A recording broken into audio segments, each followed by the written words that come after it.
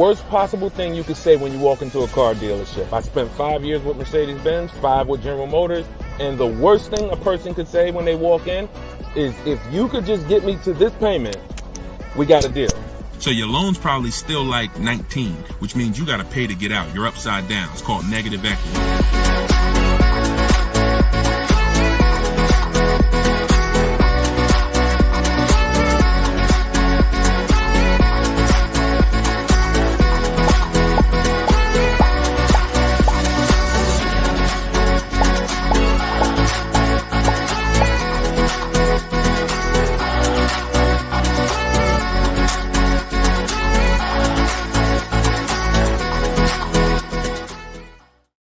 Welcome, everybody. Welcome to episode 7, I believe we're on, of Car Shopping Questions and Answers. We're live. Today is Thursday, 3 p.m. If you're watching this right now, then you are live. What we're going to start doing is we're going to start letting you know, because we do rebroadcast these shows all day, so you can, catch up on them. You can send friends and family to watch the rebroadcast. But right now, you are actually with us live. So welcome. If this is your first time here, can you type a 1 in the chat? Shout out to the first time people. I just want to see how many people are new. You've never seen me before. You've never been on a live show. Okay, Troop Chat, I see you, Troop Chat. Good to see you. I always like to know, because most of you probably have never been on a live with me before. What's up, Black Hummingbird? Great to see you. So hold on, I got Instagram on my phone here. And as you come in, first of all, I want to introduce myself, because you don't know me. My name is Deshone. I go by Deshone the Auto Advisor. I spent 14 years in the car business, 5 with Mercedes, 5 with General Motors, and 4 I ran my own brokerage. Now what I've been doing since 2020 is showing you how to get below market car deals on purchases, leases, used cars, new cars, everything from home. I'm the author of the book, the digital book, Cars from Home, 7 Steps to Saving Time, Money, and Avoiding Dealerships. And during the show, for 30 minutes, as part of our welcome offer, you can get your copy for 75% off. It's normally $97, but in my TikTok bio, in my Instagram bio, and in the comment section, you can grab your book. You won't leave the broadcast, so you can make sure you get there before the countdown, but you'll still be here tuned in with us. So I want you to start typing your questions, and then Dolan, who's moderating, is going to pull them into the show, and we'll answer them one by one. Okay? Start typing your questions. I see we already got one from Michelle here on TikTok. Bounce back. Type your question on Instagram. I see you. Type your question in. And could everybody who shares, share? I'm only talking to the sharers. I know who y'all are, and I'm talking to y'all. Shout out to the sharers. And I'm still trying to find out. I might do a giveaway once a show for the sharers only, but I'm gonna have to figure out how to see them. So I got to figure out, maybe you screenshot that you shared, and we trying to do something special for y'all above and beyond, because we can't grow this show without y'all. The ones who tell your friends, the ones who invite your friends, the one who tag your friends, the one who hit those share buttons. Appreciate y'all. So we got something coming for y'all very soon. Okay? So pull the first question, and Dolan, let's get the show on the road. Okay, this one's from TikTok. Leasing and maintenance versus purchasing and maintenance. Great question. So with a lease, most times all you're doing is oil changes, tire rotations. If you got a luxury vehicle or import luxury vehicle, maybe they require like a brake fluid change. Like when I worked for Mercedes, you had a service A, service B, service A, service B. That's how it usually rotated. And the service B was, brake fluid change, but it's pretty cut and dry because it's a new car. So versus purchasing, then you're talking about long-term maintenance. Then you're talking about, which if you got a good car, you're usually still doing those things up front. But as you own it long-term, now you're doing things like, you're doing the recommended maintenance. So you might have a 60,000 mile service, a 80,000 mile service, a 100K service. These are all things that come in the maintenance book. And with the lease, 99 times out of 100, we're not doing that. So, you know, it's a very, I'm not going to say we're not doing that, but if I lease, whenever I lease, I'm not doing those services because we're out of the car way before we ever hit that mileage. So big difference, big difference. All right, go ahead. Next one, Dolan. Let's go. Black Hummingbird, and y'all forgive me because I got a little something trying to jump on me, but I'm just gonna flush it out. Praise the Lord, and we gonna get through this. So y'all see me all congested, it's because I am, but we good. My car was totaled in an accident. Sorry to hear that. How long should I wait before I get another one? How long can you wait? You know, I'm not a fan of shopping with my back against the wall, but I'm a fan of, you know, if you are you going to be in a rental car? Are they giving you a rental? Sometimes you only have 30 days with the rental before you have to pay. I don't know if you have a backup car, but you know, that's going to depend. So what you need to ask yourself right now, because you have to replace that car eventually, I want you to ask yourself, and everyone on here, I want you to answer this question: how many years are you keeping in that car that you're buying? But first of all, who's shopping for a car now, or you will be in the next 12 months? Type me in the comments. If you're shopping right now, like Deshone, I'm in the market right now, or you will be in the next 12 months, type me in the comments. Okay, I see you on TikTok. Anyone shopping for a car? Michelle, she's shopping. Okay, if you're shopping for a car right now, or you will be in the next 12 months, type me in the comments. All right, Black Hummingbird. Yep, I see you. El Rel on YouTube, I see you. Jesus on YouTube, I see you. All right. The first question I want y'all to answer, everybody, is how many years you're keeping the next car? How many years are you keeping the next car? This is very important because this is the buying versus leasing question. How many years are you keeping the next car is the buying versus leasing question. So your Black Hummingbird, when you shop, is going to depend on how long you have. If you got a backup car, then there's no rush. If you don't have a backup car, then you need to find out, are they giving you a rental? You know, because that's going to dictate. I can't really give you any more information without knowing that. So if you want to tap in, follow up, we'll try to get your follow-up question here. All right, go ahead, shoot the next one up, Dolan, and let's see if we can get the follow-up for Black Hummingbird. I'm shopping by used. I don't even know what that means. Go ahead, Dolan. Okay, this one's from TikTok. My third live, I need a used car by June 1st, so lost.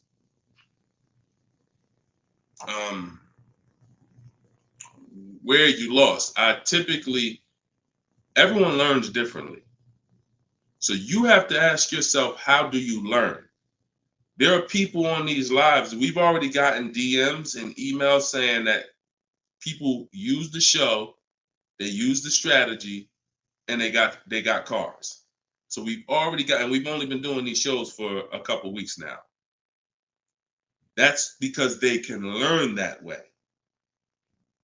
Somebody else who can't, you got to be honest with yourself, but I give you the information in multiple different ways. In my book, if you're a book person, in my video library, it's up to you. But if you're sitting here, because everything we do on this show, I try to break it down. No, we don't rush through answers. I don't give y'all one-word answers. Every question, we pretty much take it and we break it down to the nth degree. And some of the things you guys have similar questions, so we've answered them on multiple shows. But you have to know how you learn in order for you to win. Okay? If you're lost here, then you could stick around and we'll continue to do what we do here. But you have to know how you learn. That's why we make information available in a multitude of ways. You see people who have my book. Some people could piece deals together with my social media videos, even though they're all different topics. Used cars, buying cash, leases, they're all different types. So you got to really piece them together. Some people do it that way. It's up to you. But don't just sit there struggling, man. Not at the cost of what it costs. Not at what it costs. All my information is available and it's affordable. Some of it's free, a lot of it is free. But every single product I offer, from my coaching program to my book, it's all affordable. So get in where you fit in, brother. That's really the best advice I could give you. All right, go ahead, Dolan. Shoot the next question.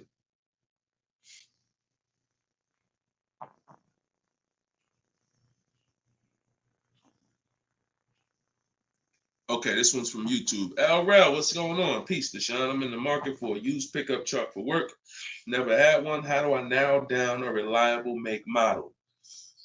Okay, so if I'm looking at you, the question you're asking is about the quality of the car, not finding a good one. So, example, let's just say there's a Dodge, a Dodge pickup truck. I'm just making this up, and that vehicle has a low reliability score.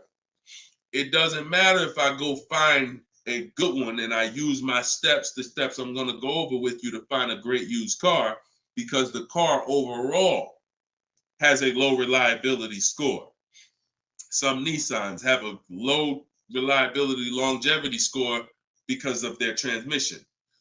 It doesn't matter if you use what I'm going to teach you to narrow it down to a great one, because the vehicle overall has a low longevity score. So I think the question you're asking is, how do I find a vehicle that has a good reliable one, and then I'll go shop for it. And because we could switch it. You could have a vehicle that has a high reliability score, high longevity score, but then you got a bad one because you didn't have a process on how to get it. So I think you're asking the first question, which is top level, how do I choose some good vehicles? And that's really Google, and we have a process. It's in our shopping process where we do a reliability check on every single vehicle. It takes 5 minutes to do. You're going to type in the specific year, because years change. You might have a 2019 that has low reliability scores. In 2020, they fixed it. So we got to make sure we're adding the year when we do this Google search.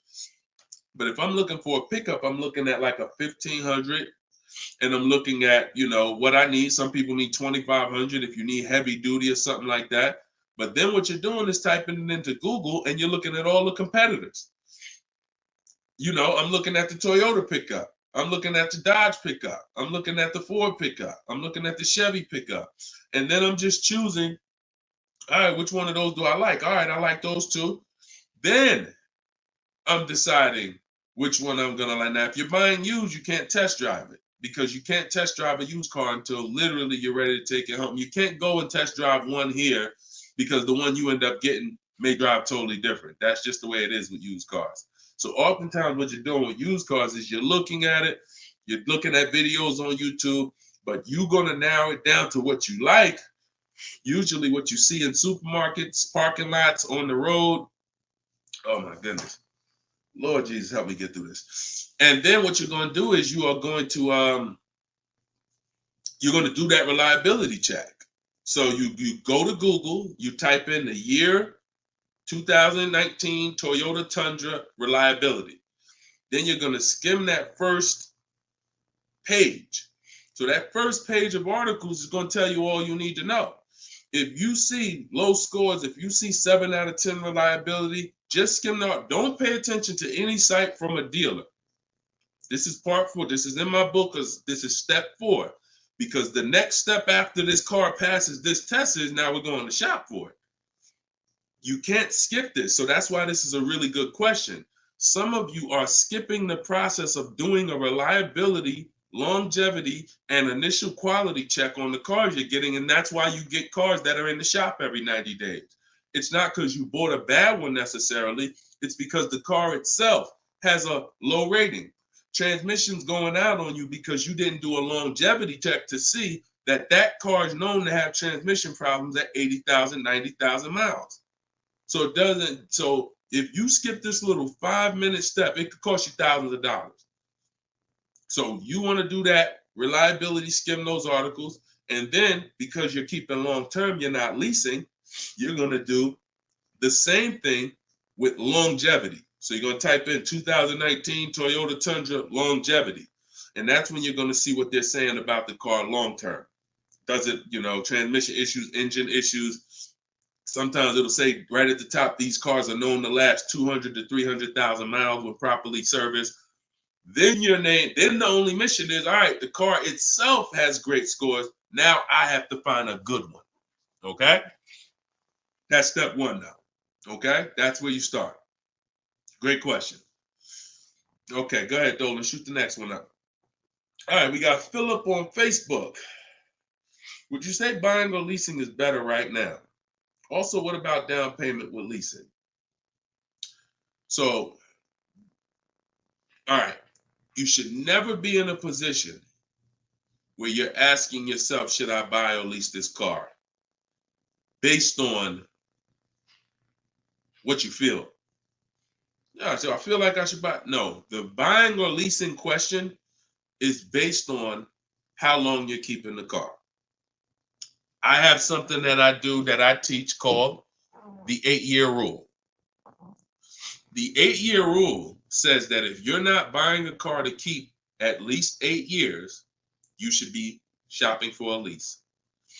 Reason being is there is no way for you to get a great deal on a car if you buy it when you should have leased it. Because lease deals, when you get a great lease deal, it's so good, it's so low, it's so much less money out of pocket that it will take a buyer years to catch up with you. We did a scenario in the last show where we compared this deal that one of our students got, Frina, who uses my stuff. And anyone who's using my stuff is going to get these deals if you follow my process. It's not, you don't have to be great. You could be a bad negotiator. It doesn't matter. As long as you know how to use a computer and do copy and paste, you can get these deals. But we compared her deal, which she got at $579 a month on this $65,000 car, and we compared it to a purchase, which would be literally $900, $1,000 a month. So how do we make this decision? Very simple. If you are not buying your car to keep for 8 years, you should be leasing it, because in the middle, y'all know when I break this out, if you've been on the show before, this is the depreciation scale. This is how your car goes down in value. I know some of you have been taught, I want to buy my car, I drive as much as I want. I don't want to pay for the miles.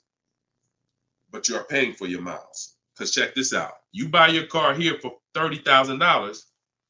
A year later, even if you don't drive it, it's no longer worth $30,000. At best, it's worth $22,000. If you don't drive it 1 mile, it's probably worth $25,000. You lost $5,000 and you never drove it 1 mile. That's depreciation. So your car is depreciating like this. Year 1, year 2, year 3. That's why you flipping these cars, buying cars, trading them in 6 months, a year. You're losing at least $5,000, $10,000, but they'll hide it in a monthly payment. See, a cash buyer, you never do this. Some of you who are like, I pay cash, you never do it. You never buy a car, turn around, I don't like the car, I'm gonna trade this thing in. Because when you come in and they tell you, well, I know you just paid 35, but we can only give you 28. I just bought the car 6 months ago. You know what I mean? I lost $7,000 that fast? Yep, at least. You're like, all right, I'm not doing that. But with a payment, they'll hide it in a payment, and you don't understand. You just lost $7,000 in 6 months. So this is how you have to see this short-term ownership when you buy a car. My car is going down in value 20% the first year, 15% the third year. It's losing thousands of dollars. But if I keep it a long time, 7 years, 8 years, it starts to level out where I'm not losing that money anymore. If you have a car outside your house right now that you've had for more than 8 years, I want you to type the number of years you've had the car. Everybody on here, we're live. This is our 3 p.m. Thursday live show. This isn't a rebroadcast. So tell me right now, everyone who has a car outside, type how many years you've had the car. How many years? If it's 8, if it's 9, 10, 12. Had somebody on the last broadcast, somebody said they had like a 15-year-old car outside. You'll notice this, Gilda, you got an 11-year-old car outside. Here's what you'll notice. Your car is no longer losing value like this every year. Your car is no longer losing value like this every year. You're going to look and say, if let's assume right now, Gilda, your car is worth, I'm just making up a number. I don't know the car, nothing. Let's say it's worth $8,000. A year from now, it's going to be worth close to $8,000. Probably worth $75,000. That means you've won. So when you're trying to, when you are buying, wow, Carol's has a 18-year-old car outside. So that means you've won, because this is how you win with a purchase. And pay very close attention to what I'm about to say. You don't win when you pay off the car. You pay off the car, but your car's still dropping like this. You didn't win yet. You didn't win yet. You win when you actually pay off the car and now the car is not dropping in value. You beat the depreciation. That's when you win purchasing. A lot of people were taught, don't keep the car that long. And that's where you're losing. That's why leasing is for you. Because there's only two ways you're going to avoid those hits. You're either going to keep the car long enough to get to where people like Gilda and Carol are. Look, Big Rich has these are people who kept cars long term, or you're going to get great lease deals where you're paying pennies on the dollar and you're winning. But those of you who are stuck in the middle, we got to get you out the middle, because you are losing the most money. You buy cars, you resell them. You buy cars, you trade them in 2 years, 3 years, you're losing the most money. You lease, but then you buy the lease. You're losing the most money. You're stuck in the middle. You got to pick a side. There's only two ways to win. Great lease deals, long-term ownership. Anything in the middle, you're losing thousands and thousands of dollars in depreciation. All right, we clear? All right, perfect. Shoot the next one up, Dolan. I see you, Luscious. I purchased the book. Awesome. Congratulations. Enjoy it. This whole show is sponsored by my new book, y'all. It's called Car Shopping. It's called Cars from Home. 7 Steps to Saving Time, Money, and Avoiding Dealers. So we have a welcome special. So you can get your book for 75% off the whole broadcast. Well, 30 minutes. It's normally $97, but you can get yours. We're rated 4.94 on Goodreads. You can get yours for $24 as long as you get to my bio before the 30 minutes expires. And $97 is a great price. Because here's the thing. I got a lot of books on my shelf. I cannot tell you a lot of books that saved me a lot of money. And my goal for this book was to be one of the books where you look at and say, man, this book right here has saved me thousands and tens of thousands of dollars. And that's my goal for the book. And we've been doing well at that. So, all right, this one's from Instagram. Mission Green. I'm in a purchase for 2 years with negative equity. Want to get into a lease. How can I walk away with the least out-of-pocket cap? So, you're in a purchase right now. You realize, Deshone, I'm not keeping my cars 8 years. I want to transition to a lease. Okay, so what you're going to do, the first thing you're going to do is an equity assessment. Equity assessment is when you find out you're going to get the highest bid, because we never sell a car. We don't trade cars. We never replace a car without getting bids on it. We never buy a car without getting bids on it. We never take a loan without getting bids. So what we are doing is we need to get bids, because bids are going to tell us what is the highest offer we can get for our car, which means that would be the smallest amount of negative equity we could possibly have. So as you get these bids, you're going to get your payoff from your bank, call your bank, get your payoff, then go to CarMax. We like to get 6 bids. CarMax, Driveway, Carvana, Kelly's Blue Book Instant Cash Offer. Do not use kellysbluebook.com. It's nothing but a marketing website that it does us no good. Kelly's Blue Book Instant Cash Offer. Auto Nation Sell My Car, and Car Guru Sell My Car. Now, that'll get you 6 offers. And once you have those 6 offers, you'll know this is what my best case scenario is when it comes to my negative equity. That's my best case. There's 2 ways to get out of negative equity and get a car. There's 3 ways to get out of negative equity, but one of them doesn't lead to a car right now. So we're talking about the first option. That's what you do, and you want to pay the difference. So you're going to get all those bids, and you're going to look and say, okay, I got a $4,000 negative equity if I sell my car to AutoNation. They're the highest bid. Highest bid, $4,000 negative equity. I would not be taking any other money other than the putting it to the negative equity. If you got $4,000 in your pocket or anything and you're like, hey, should I put this down? No, we're going to get the next car with no money down. We need to minimize our negative equity by taking the highest offer from the online bidders. Now, once that happens, we close the gap, and that's the way to move. That's the best case scenario. So if you can't do that, then what you're going to do is you have to trade. This is the only time we trade cars. There is no other time where we are going to trade a car, because you don't get the most money trading a car. You don't get the most money trading anything. If you think about it, if you got a lawnmower and I got a bike, and I'm like, man, look, I'll trade you my bike for your I'll trade you my bike for your lawnmower. Neither one of us is really getting the most money that we could get. That's a trade. It's like a little compromise. I take a little less because I got something you want, you got something I want. It's different than me saying, you know what, I got a bike. Let me see the most money I can get for my bike, and then I come back and pay you for the lawnmower. And this is how you have to see it. This is why we don't trade. Because when you trade, you're not making the buyer win a bid. You're not making the buyer bid. You're just saying, whatever you could pay me, I'll take it. That's why the first option I just laid out is the best option. But some of you don't have the cash to pay the difference. So you have to now forget about the old car right now. You shop for your new car and you get bids.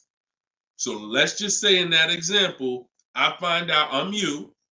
I can't cover the difference and sell to the online bidders. Now I'm going to start shopping for my lease. So let's say I'm shopping for a Jeep Grand Cherokee. I get my offers.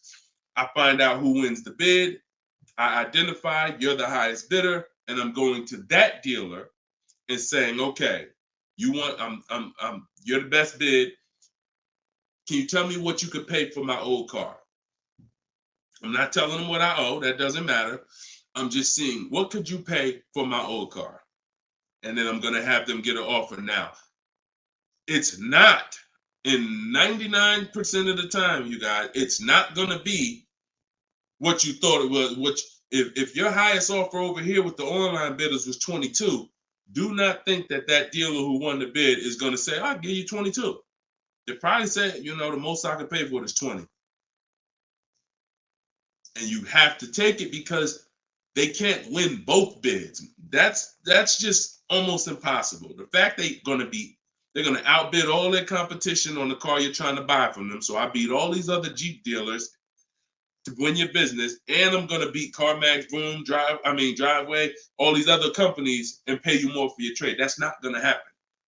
So that's why I say the first option is the best, because the second option, you're going to have more negative equity because the dealer cannot pay as much as the online bidder. So now that's what you would do, and you would tell them, okay, please add it to my deal, and you'd have to roll it into the lease over there. Third scenario where you can't get out is if you have too much negative equity.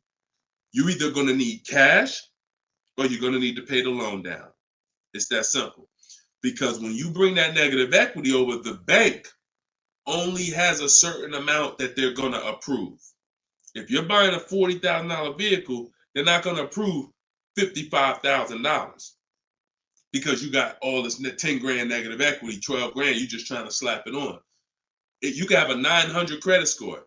That's why I call negative equity the bad credit for people with good credit, because it can literally prevent you from getting a car. So that's when you have to pause, or you got to put money down to try to get within the loan to value ratios. And that's why I say stay out, get out of negative equity and stay out of it. And 99 times out of 100, the reason for your negative equity is you don't lease. You don't lease. You buy cars, you take out 5-6 year loans on them, God forbid longer, 7 years, 8 year loan, and then you trade those cars in before the loan's paid off. That's what's happening 99 times out of 100 to cause people negative equity. And we got and that's the cause. So I just gave you the solutions, but I also want you to know the cause. And that because you're already moving to a lease, you already understand, which is good for you. You already understand, all right, I'm not buying cars anymore until I want to keep something 8+ years. I'm going to start leasing. So this should be your last time ever having negative equity. Okay? Great question. All right, Dolan. Let's throw the next one up. Great question, Mission Green. All right. We are live, y'all. It's our Thursday, 3 p.m. live show. Shoot your questions in. Dolan's going to pull them in one by one. We're going to try to get through as many as we can. What's the best way to start about negotiating from the online price?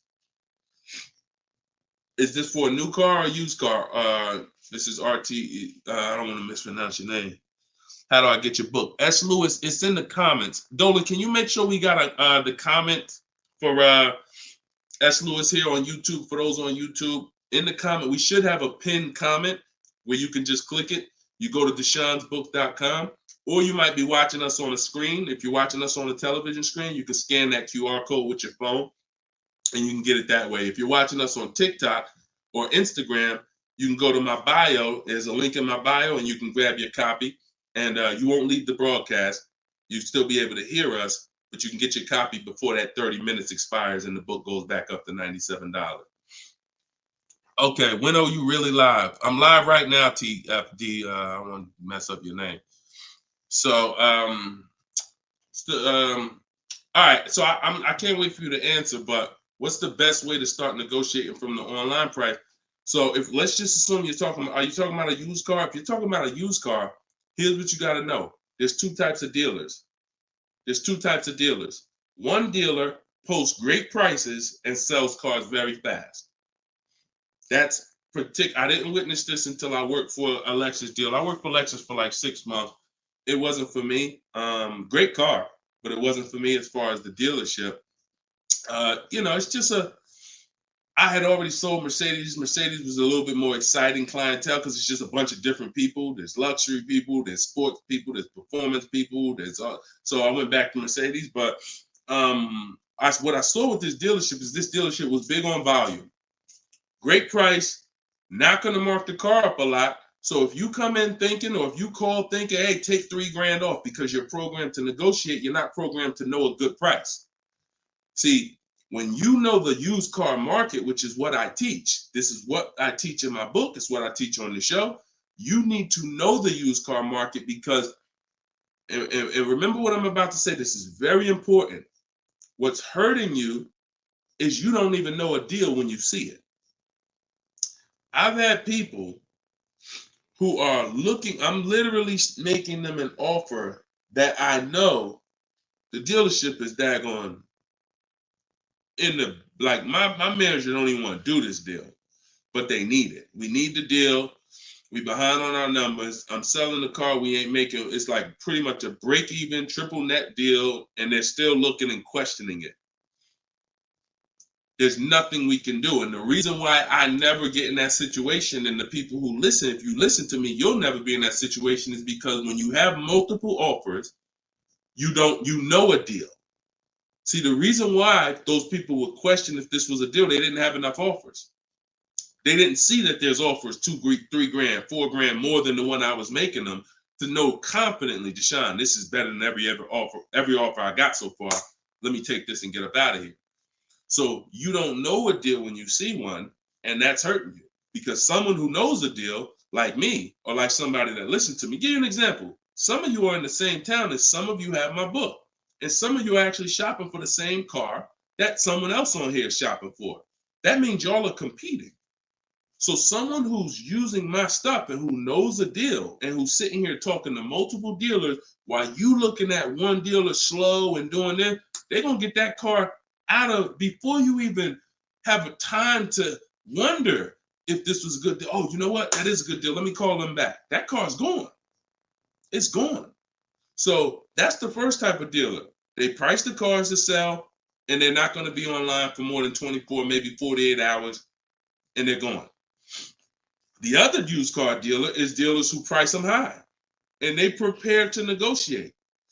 They're ready because they know people want to see a discount and they're waiting for somebody like you to come in and say, okay, knock 2-3 grand off, you know. But if they're overpriced, what does it matter? If you're overpriced $3,000, $4,000, $5,000 and you take 3 grand off, you're still, it wasn't the best deal. So don't think so. Some of the best used car deals, when I bought my Infiniti truck, he literally only had $800 he could give me when I got there.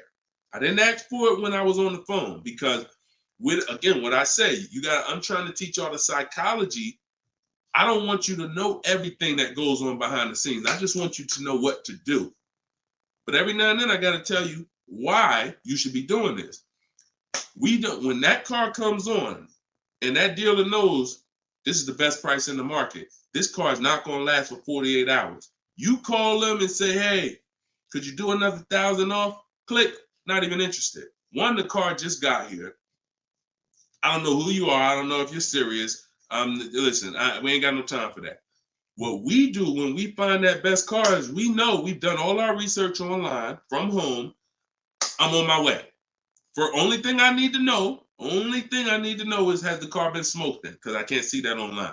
That's the only thing. We verify that there's no fake fees, because some dealers will price a car low and then they add fake fees because they want you to come without even asking them about the fees. And the second type will, hey, the car's been smoked in, and if you don't ask them, you'll get there and be like, oh, car smells like smoke. That's the only two things we verify. No bogus fees. Nope, hasn't been smoked in. I'm on my way. Then when I get there, we test drive. Car meets our test drive. All right, boom. Can you do another 500 off, 700 off? Because I already know it's the best price in the market. See, when you know the market, you negotiate intelligently. When you don't know the market, you come in, hey, listen, take 3 grand off. You don't realize you look ridiculous. I don't want you looking ridiculous saying, yo, man, I can't do it. You haven't done your research. I don't want you leaving, oh man, that dealer don't want to make a deal. No, you didn't know a deal. And you leaving and you like, oh man, I'm gonna find somebody. So this is the science of car shopping online. This is the science. You gotta be able to know, is this car the best price in the market? If so, I'm not gonna ask for any discount until I get there. Because once they see me, I drove it, they know I'm serious. I know the car's the best price in the market. Hey, can you do another 500? Even if they say no, I know they won. All right, I won. But if they say, yeah, listen, I wouldn't normally do it because the car just got here, which is true. I know that. But, you're here. We want, all right, $500, we got it. Or, hey, look, can we split it? I really don't have the room. In which case, we know they're telling the truth because we know the market. You got it. We'll do it. This is how you get below market used car deals. You don't just stumble onto them. You get what I'm saying? Is everybody clear on that? Type clear if y'all are following what I'm saying. Clear if you're following what I'm saying. You're not going to accidentally stumble into a below market deal. It takes strategy to get below market deals. If everybody could get below market deals, they wouldn't be below market deals. They'd be average deals. Does that make sense? All right, glad we clear. I see you, Michelle. All right, shoot the next question up, Dolan. Let's roll. Let's keep it going. I see you, Rose, on Facebook. All right, Blooming Chosen One from Instagram. Almost done closing at 1%. Let's go. Come on. Come on. That's what I want to hear. Come on. If y'all don't understand, Blooming Chosen One is about to close a 1% lease deal. That means her lease pay, I'm assuming that this is a woman. I can't see, so forgive me if there's no picture. She's about to close a lease deal at 1%. which means her lease payment is 1% of the MSRP, no money down. I just want to make sure it's clear, chosen one. We don't, if it's money down, it's not 1%. It should be like $400 a month. I'm giving you $400, car's $40,000. That's 1%. So, any tips on techniques for finding great deals on insurance? I use Insurify or I'd use Jerry. These are apps that shop on websites that shop multiple carriers.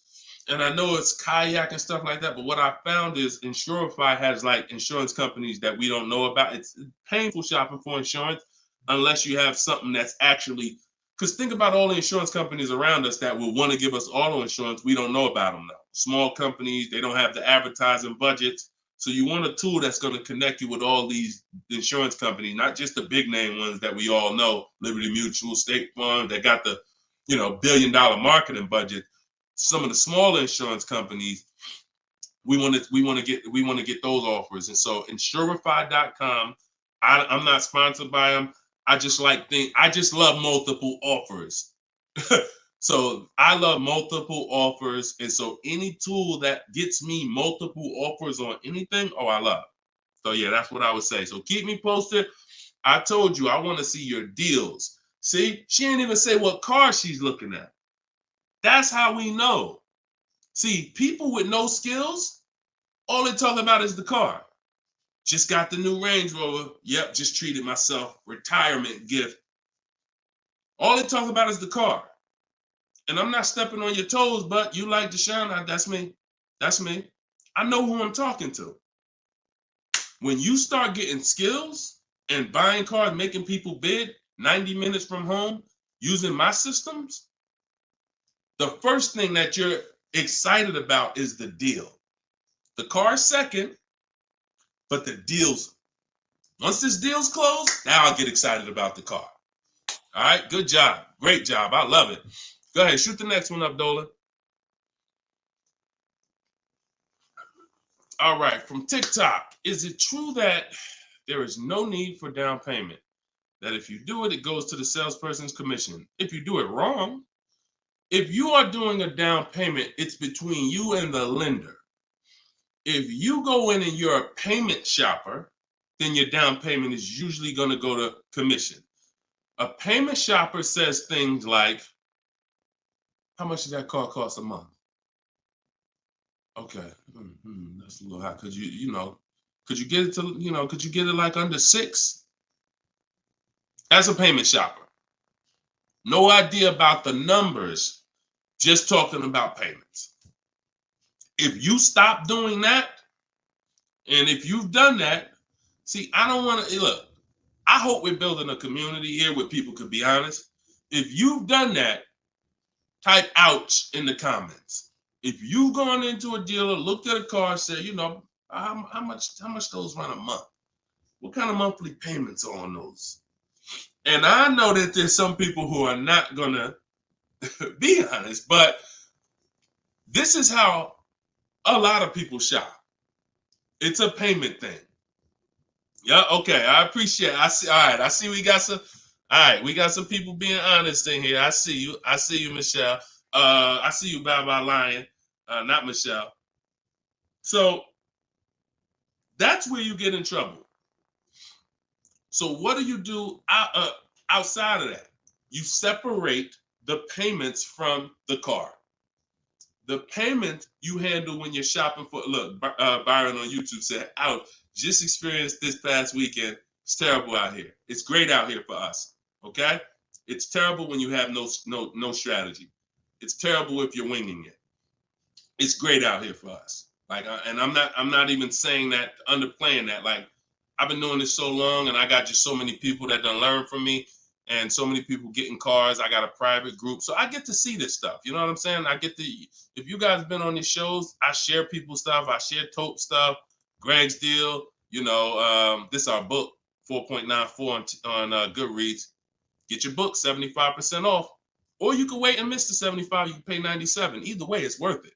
Either way, but $24 is better than $97. In my TikTok bio, you got 30 minutes, or in my Instagram bio. But check this out. Kimberly's deal. She saved 20 grand off her Maserati. Look, Bonita, middle of the pandemic. So we've been hearing since we started this whole thing, yo, it's terrible out here. Man, there's no deals out here. Middle of the pandemic. Look, December 2022. Blood in the streets. Kia Telluride, one of the most popular vehicles of the last 3 years. Bonita, from home. Kia, 2023. 600 down, 600 a month. People paying $800-900. It's people right now that's going to watch this broadcast that has this particular car paying $700,000-900,000 a month for it. This same vehicle. So, Charles, Hyundai Palisade, top 5 most popular vehicles the last 5 years in this category. Look, $597 a month, $48,000 truck. So it's what you know. In fact, it's what you don't know. So I would tell you, yes, when you are winging it, when you shopping, when you just winging it, yeah, Byron, it's gonna seem like, man, it's horrible out here. When you step back and start using my bidding systems and letting these deals come to you, letting loans come to you, you're gonna feel like you're in control. You call the shots. Okay? So that's what I want everybody to know. It's all perspective. You know, somebody who's never had a fight in their life may be like, oh, shoot, I'm gonna lose this fight. Mike Tyson, he's not worried about losing a fight. And I hope he's not throwing this fight. So, another end. It's all about what you know. You learn better skills, you get different results. You keep the same skills, keep shopping like our grandparents shop, keep shopping like our parents shop when there was no internet, keep shopping like it's 2005, you're going to get those same results. All right? Everything I'm talking about, y'all, is in my book. This whole show is sponsored by my book, Cars from Home, 7 Steps to Saving Time, Money, and Avoiding Dealerships. My whole shopping system is in there. You can get yours in my bio. I just said that. So go ahead, Dolan. Shoot that next question up that you had up on the screen. My lease is up this year, but I'm over 4,000 miles, and a car dealer just told me if I lease again that I'll have to pay for the over miles. What do I do? Okay, I want you to know something, and I want you to hear me clearly. Dealers who tell you they'll cover the mileage. I know some of you have heard this in the past. You know, my dealer said if I release a car from them, they took care of the mileage for me. No, they didn't. No, they didn't. Mileage is never taken care of because mileage is between you and the bank. You told me you were going to drive this, the bank, not the dealer. Dealer has nothing to do with the car. Once you drive off the lot, it's between you and the bank. It's between you and the leasing company. So when you go over miles, the bank says they told us they were going to bring this car back with 36,000 miles on it. They already have an estimated value of what they're going to sell the car for, and it's based on 36,000 miles. That's why if we're under miles, we always do an equity assessment. You're going to do this either way, Miss B, but this is one of the main reasons when we're under miles, it doesn't matter, because if we drive less than we told them we were going to drive, we want to see if there's any equity that we can actually pull out. If you didn't know you can sell a lease, yeah, that's another discovery. Aha moment, you can. We've been doing it for years. So, but going back to this case, if you're over miles, you got to pay for it because you can't give it back to them. It comes out of their profit. So what do we do to try to minimize this? One, we don't let a dealer tell us we're going to work this out for you. We have to do our own equity assessment. So you want to see what your position is. You want to call the leasing company, get your payoff. This is the second step in my process. Once you know whether you're going to buy or lease again, that's step one. Now, if you have a car to replace, you own it, you lease it, doesn't matter. Anything you're replacing, we got to do an equity assessment on it. So we're going to call the bank, get our payoff. If it's paid off, obviously we don't have to do that. And then you're going to get that payoff, and then you're going to get those offers I talked about earlier in the show. If you missed it, I don't want to go through the whole equity assessment process because we already did it. And for the people who've been on here, I don't want to repeat the whole thing. But if you go on YouTube, if you go on Facebook, you'll be able to see the broadcast. Go to the section on equity assessment and follow that process, because you need to see, can I sell this vehicle and break even, get out of it, or if I have a mileage penalty, you know, does it make more sense for me to actually get out now, which in a lot of cases it probably won't because you have payments remaining. So if you got out now, see, if you sell it, it's clean. So if you sell it, and it goes back to what we were talking about with what somebody asked the question about the negative equity. Let's just say I'm you. I do my equity assessment. I find out to get out of the lease, I got to contribute like $1,000, but I could get out now. When I sell a lease, there's no penalty. It's literally no payments due, nothing. It's everyone's whole. That's the only way everyone's whole. My second option is I got to account for the payments I have left on my contract. If I got 5 payments left at $500 a month, that's $2,500. Does it make more sense for me to get out now and pay those payments? Probably not. Or does it make more sense for me to just wait and take the mileage penalty? So those are the 3 things you're comparing. Selling the car, and you're seeing what's the least money that comes out of my pocket. What's the best of those things? Selling the car, getting out now and taking the payment hit, because all those payments are going to be due. They're going to have to be rolled over to your next vehicle, or driving the car until you get close to the end of the lease, and maybe maybe it depends on how much you drive per month. And maybe you're 8,000 miles over, and that's a $2,000 mileage penalty. So these are the things you have to think about. But I'm telling you that if you just walk into a dealer and say, hey, could you work this up for me? Now you don't even have the luxury of guaranteeing you got the best price on the car.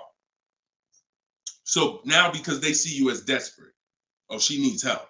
She don't know what she's doing. So let's just work these numbers, move these numbers around, and tell her, hey, we got you to this payment. Does that work? Now you're a payment shopper and you don't even know. Just give me to a monthly payment that makes sense. You didn't realize that you overpaid, and they're packing that deal, and you overpaid by probably $4 or $5 grand because you wanted to let them do it. So those are 3 scenarios, and it all starts with the equity assessment. Because like I said, you might be able to do that equity assessment and find out, oh, I could come up with $1,000 and I'm out of this thing clean right now. Or you might break even. It depends. That's why it's always an equity assessment. Equity assessment is probably everything in our process is important, but my God, skipping the equity assessment, you're skipping probably half of your transaction. Okay? And if you don't know how to do equity assessment, watch the show earlier. If you have my book, it's all in there. It's up to you. Go ahead, Dola, shoot the next question. Bought your book. Thank you for doing this. Thank you, Michelle. Enjoy it. Use it. Use it and win. For the rest of your life, use that book. And it's a digital book, so you don't have to worry about when it needs updating. I just update it. You'll open it one day. Like, let's say you get your car now. A year from now, you open up that book and you're like, all right, I need another car. My spouse need a car. My child need a car. Man, wait a minute. There's different stuff in here. That's why you always keep the email I send you with the master link in it, because that's where I update the book. All of you who got the book, when you download it, don't save the email, because when you click that master link, that's where I update the file whenever something changes. So, and I couldn't do that with a print book. I can only do that with a digital book. Yeah, don't worry. I don't do trades, J. Paul. So if you ever see somebody selling crypto, all of that, like anybody with a decent amount of followers is going to have knockoff accounts. Like, I do car education. That's all I do. I don't do crypto. I don't do none of this other stuff. It's been fake Deshone the Auto Advisor accounts since we was on TikTok. We got 1.5 million followers on TikTok. The fake Deshone the Auto Advisor account started popping up. Nothing we can do about it. You got to watch it, though. Watch it. Okay, this one's from Instagram. Considering a lease of a Lexus electric vehicle. First time lease customer. Do you have any advice shopping for a lease premium electric vehicle? Same process. Same process. My system doesn't change. I'm gonna tell you, there's only one scenario where it changes, but electric cars, look, doesn't matter. Look, Look at Sean. Bids. F-150 XLT electric. Bids. $73,000 vehicle. He got it for 57. He saved over 20 grand. Bids. That's electric. Electric. You don't know what rebates there are. You don't know what's what. Rolls Royce. Bids. Popular cars. Bids. Exotic cars. Bids. Doesn't matter. Process is the same. The only time that bidding is not called for when purchasing the car is with Tesla or any manufacturer where the price is set. No matter where you go in the country, it's the same price. You buy Tesla in New Jersey, same price in California, same price in Minnesota. One price all around the country. You order the car. That's it. I don't care if you have GM supplier pricing. That everyone's doing a different price. Some people are not going to tell you. They won't tell you what the rebates is. Some people, oh, Deshone, I'm a Ford employee. I get Ford special pricing. Bids. Because 80% of dealers are going to lie and not give you the real Ford special pricing. Everything is bids. Put everything under there. All right? Go ahead, Dolan. Shoot the next one up, brother.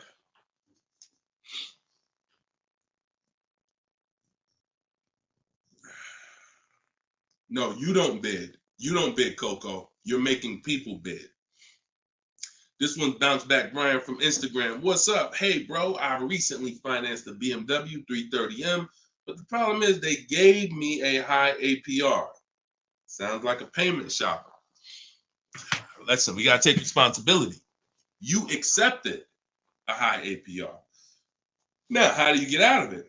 Only way is to refinance. You can refinance or sell a vehicle. And so bids, what we do is, see, now let's just say for an example, you use our system we call the bank bidding war. Bank bidding war is 3 rounds. We check to see if there's any special interest rates. 1, no special interest rates on the car with your BMW 330M, probably not. You never know. But then if there's no special interest rates, we go and we get bids and we find a dealer that's going to sell us the BMW M for the lowest price. And it doesn't matter, popular cars. I had a young lady earlier this year. Well, no, that was last year. She was looking at the brand new X4M, redesigned, just redesigned, brand new body style. She got her offers. Best offer was $3,000 below MSRP. Worst offer was like $5,000 over MSRP. Brand new, newly designed, fresh in the country. No one's ever seen it. Bids, she got $3,000 below MSRP. When people are paying thousands more than that. So it doesn't matter the car. Now, once we, but that's that's the part where I say you separate the loan from the car. You separate the loan from the car. We find the dealer who's going to sell us the car for the lowest price. Once that's done, now this is when we talk about the second round of the bank bidding war, which is my bank, my credit union, online lenders, not the dealer yet. The dealer is round 3. The dealer's banks, the dealer's credit unions, that's round 3. That's the final round. Second round is I'm coming home, getting my bank, my credit union, online, giving them my information, going online, car loans online, looking at everyone that I could find that gives car loans in my area, letting all these people run my credit, because if you do this right, it doesn't affect your credit other than one hard inquiry. It shows all the inquiries on your report, but when you rate shop using the bank bidding war strategy, at the end of the window, it only weighs on your credit like one hard inquiry. But you got to do this in this small window. It takes 2 days. First one is all of those bank, that's the round 2. So now let's say my best rate from that round 2 is 7.9 interest rate. Okay, round 2's done. Now I'm calling the dealer who won the bid, who has my car waiting. I already reserved it. And I'm saying, okay, my bank or this bank gave me 7.9. If you guys can beat it, I'll give you the business. Now, round 3 starts with the dealer going to work. That's when the dealer's bank. See, the problem is the dealer was your first offer for financing, or one of your first offers. The dealer, when properly done, is our last offer. And so if he came back and at the end of those rounds, 8.99 was the best rate, you wouldn't have a question. You wouldn't be questioning it. You wouldn't be saying, oh, man, how do I get? You would still be considering refinancing because that's still the solution. Whenever rates get lower, you refinance. But you wouldn't be it wouldn't be they gave me that. It would be that was the best rate available at that time. So that's why you need to get bids for future reference. But in your case now, all you can do is find somebody to refinance the loan. And that's what you do. Type in car loan refinance online. Call your bank, call your credit union. Hey, I'm looking to refinance and see if they can be 8.9. Okay. For future reference, though, bank bidding war. Okay. And that's we gotta we need to. I want to get you to the point. You gotta. It's up to you. Use this. Everything I'm telling you is simple. Nothing I'm telling you is rocket ship building. This is all simple online processes from a computer. We got grandmothers doing it. We got introverts doing it. Doesn't matter. We don't even talk. Has anybody heard me say anything about talking? No. We're using online tools to get these processes done. That's why they work for everybody. If you had to talk, then yes, you could mess it up. But this is for the future reference. We want to guarantee that we got the best price. And the only way we're going to do that is with bids on everything. Okay? Go ahead, Dolan. Next question. Great question, though. All right. This one's from TikTok. Can24 Loco. Is a lease worth it if I know I'm going over the miles? You pick your miles. You pick your miles. I had somebody no, I don't even want to talk about him. Somewhere along the line they told him it was okay. So you pick the miles on a lease, and I would never in a million years pick less miles than I need.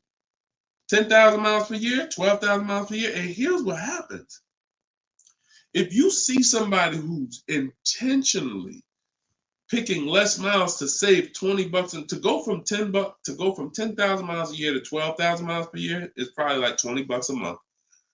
To go from 12,000 to 15,000 for most cars is probably another $25 a month. So the difference between 10,000 miles per year and 15,000 miles per year, 15,000, no penalties. Deshone, I know I need 15,000, but I took 10.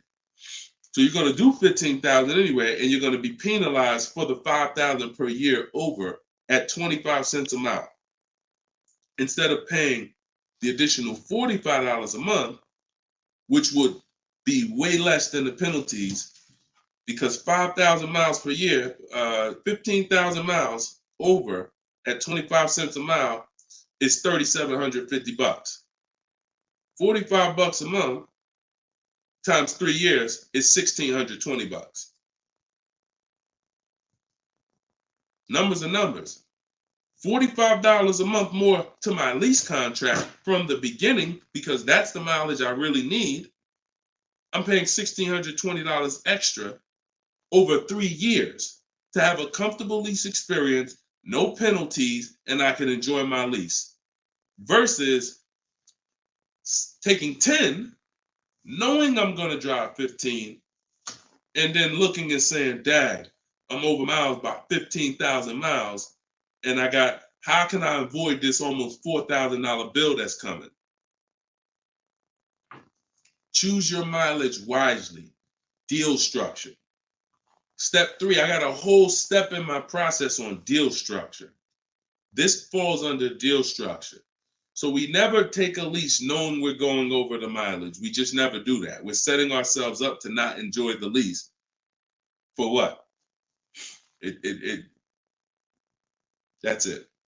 Step 3 in my process, I got part of deal structure. I got a section in my book on this, is choosing your mileage wisely, where you look and estimate how much you drive, Or if you have a car, you just look back and say, all right, I drive 12,000 miles per year. You can look back at what you drove.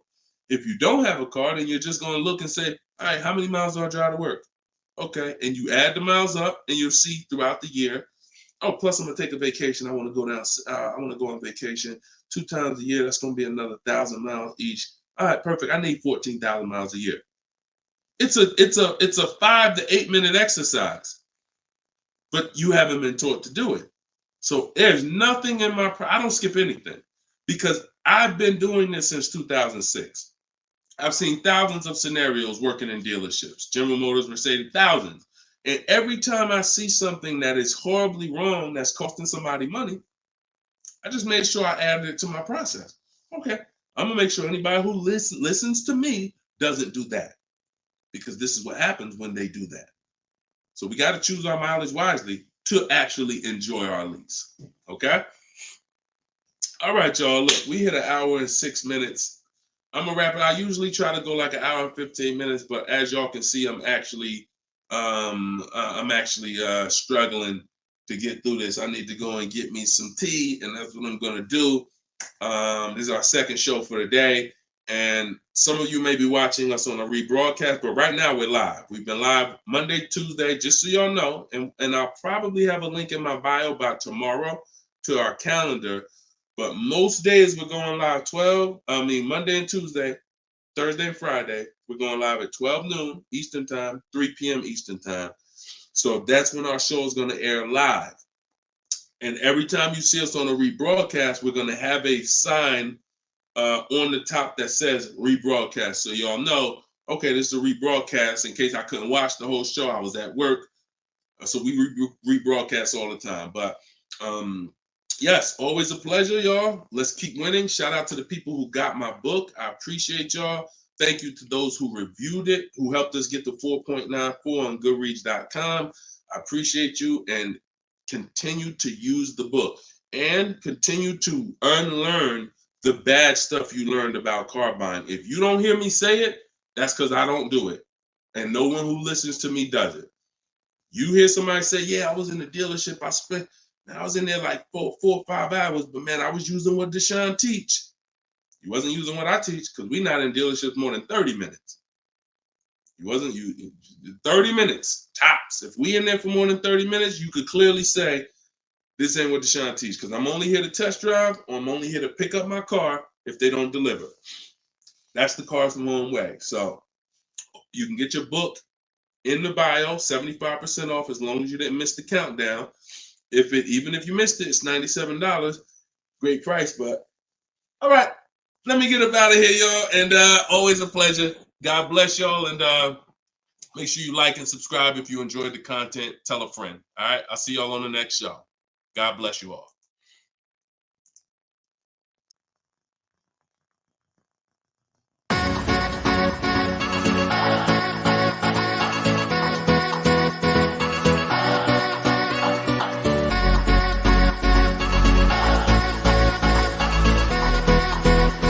The worst possible thing you could say when you walk into a car dealership. I spent 5 years with Mercedes-Benz, 5 with General Motors, and the worst thing a person could say when they walk in is, if you could just get me to this payment, we got a deal. So your loan's probably still like 19, which means you got to pay to get out. You're upside down. It's called negative equity.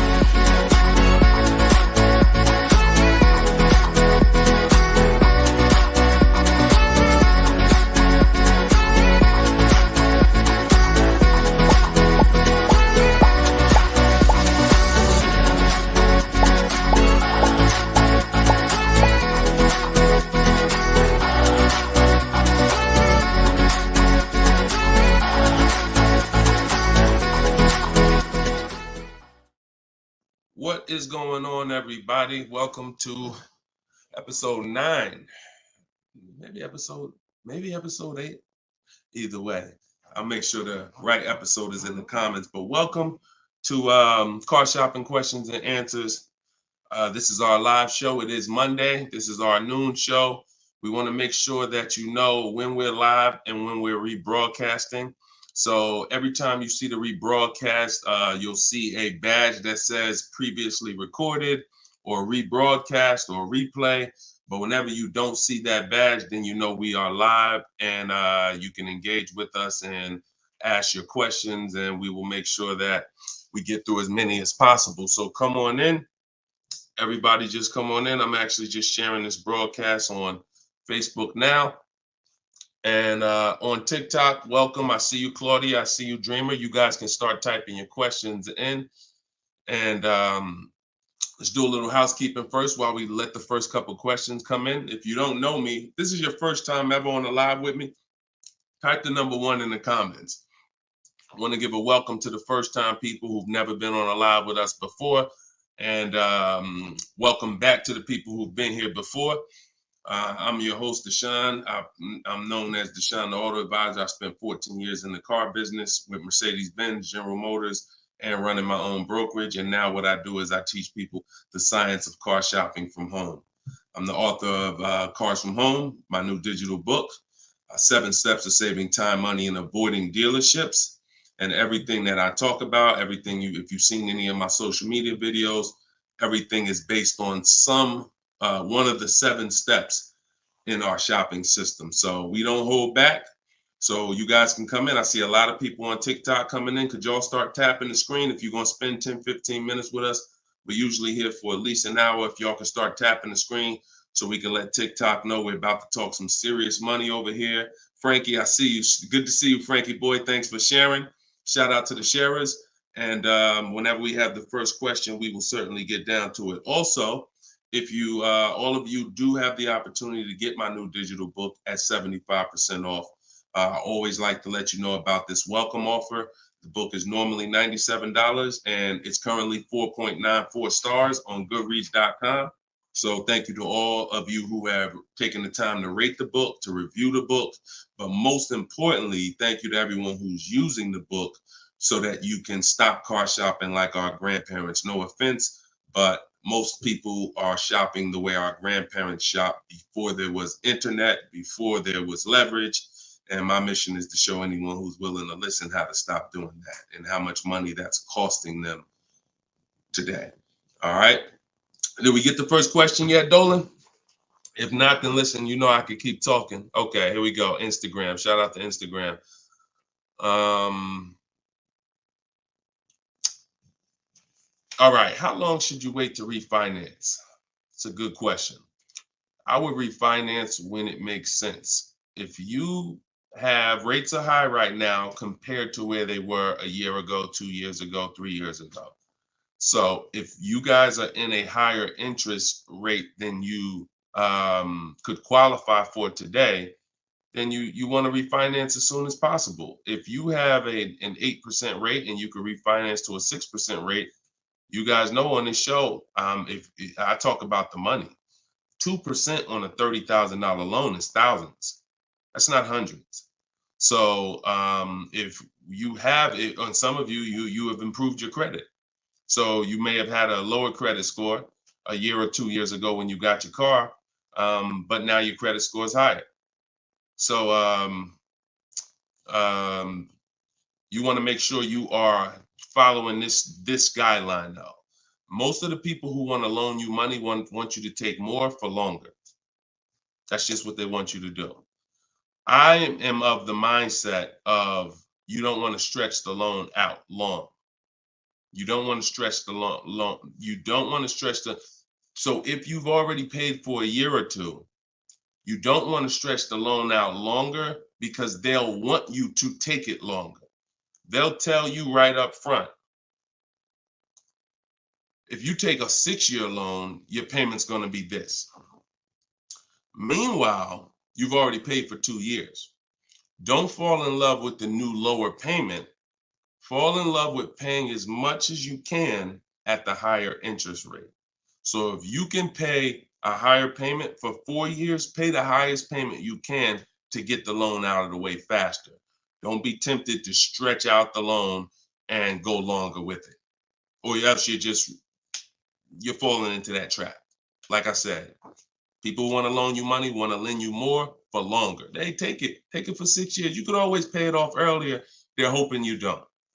Okay, so that's typically the rules of thumb that I like to follow. All right.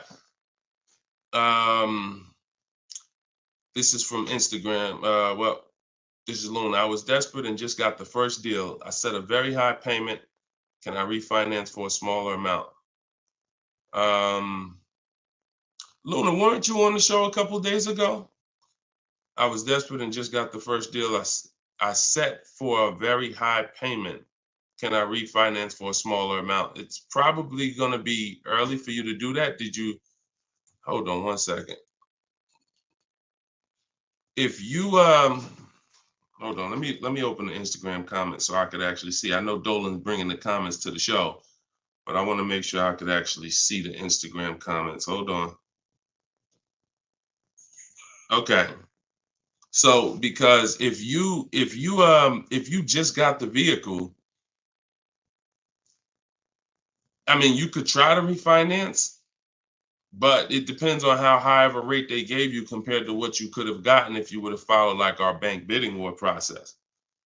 You bought a brand new 24 Mitsubishi. Okay. Haven't you been on the show, Luna? This isn't your first time, right? You've been here. You've been with us for a couple. You've been with us for oh, it was in December 2023. Okay. I appreciate it. Thanks for the information. That's why I wanted to see the comments so I could actually have the dialogue with you. Yeah, I mean, that's all you could do. You could try and you could try to refinance online. You can go on Google and type in auto refinance online and start to see what those companies look like and see if but you need to know your rate, and then you need to know what the companies that'll refinance you are offering you and see if it makes sense. If you got a higher rate than you could have gotten, then certainly you can refinance. If they got you the best rate that you could qualify, then you may have to wait a little longer, but usually, it doesn't hurt you to check, especially if you're in a considerably high interest rate. You certainly want to see if there's a possibility, because like I said, 2 points, 3 points on an interest rate is thousands of dollars, not hundreds. All right, TikTok, y'all gonna spend some time with us. Can y'all tap the screen and shoot the likes up if you're gonna talk money with us? Here's the thing, y'all. I'm gonna be honest with y'all. Y'all know I've been this way from day one, and I can't be any other way. I'm considering, and some of you know, I'm gonna tell y'all a story because I'm gonna keep this real, real, real, right? So in 2021, we did a podcast. It was called the Auto Advisors Podcast. The Auto Advisors Podcast got 10,000 downloads in the first 90 days, which was a great metric for a new podcast. I stopped it. You know why? Because we're in the way the podcast is, and I'm just keeping it 100% with y'all. I'm never gonna stop doing the information, but if people don't engage with the show, then we'll just keep the rebroadcast going. The rebroadcasts are great. I'm 100 for my lifestyle, for my getting the information out. We do tons of free social media videos. I just don't want y'all to be questioning, Dad, why Deshone not doing the live show anymore? Because the live show needs to make sense. I've been telling y'all to share. I look at the shares. I see the people who come regular. I see not a lot of people share. All good. I just want y'all to know that when you can't ask the questions and you got to just do the rebroadcast, that's going to be the reason why. That's really going to be the reason why. Because we can sit back and we can let this live stream go 24/7. I love it. Dolan runs it. It's great. We sell a lot of books throughout the day. People get their questions answered. It's great. If y'all like Deshone now, I would really like to ask questions and have the opportunity for my family to ask questions and get their questions answered, then y'all gonna have to show up. Y'all gonna have to show up. It's always been that way. Now, we're gonna have information everywhere for you. Free social media videos, my free masterclass is in my link in my bio. But if y'all want to keep this show going this way live and not just see 24/7 rebroadcast, then y'all gonna have to make sure y'all show up. And if we don't see the likes and we don't see the shares, then it's all good. That tells us everything we need to know. because there's nobody out there doing what we're doing right now. So if it was 20 other people doing these shows, now I understand. We got to make sure we're better than them. There's nobody doing what we're doing right now. So it's up to y'all. All right, so Dolan, let's go. TikTok question. Can I get a new lease with no money down and get the same car payment monthly, turning my lease in soon? But that depends on how good you're going to shop. See, if you got, a lot of people are going to be fooled into this conversation. Car salesman calling them saying, hey, I could get you out of your lease, keep your payment the same, and you'll be good. That's the conversation they're going to go for. Now they're going by 2021 and 2020, well, really 2021 payments, which were the highest in history. And what they're depending on is they're hoping that most people don't ask a question. You already been paying this, you already been paying the high payment. What if I could put you into 2024 for the same price? Meanwhile, those prices that you were paying were ridiculously high. All through the pandemic, most 99 probably percent of people were paying ridiculous payments. That's why I always show Bonita. So when you look at Bonita, Bonita is the one who got one of the most popular vehicles during the pandemic. It was a Kia Telluride 2022. She got it for $600 out of pocket, $600 a month. It was like a 1.25% lease. How? Sitting at home and shopping offers. So to answer your question, don't comply. Your deal is going to be based on how well you shop. And what I'm teaching you to do is to stop going into dealers because 80% of them are overpriced.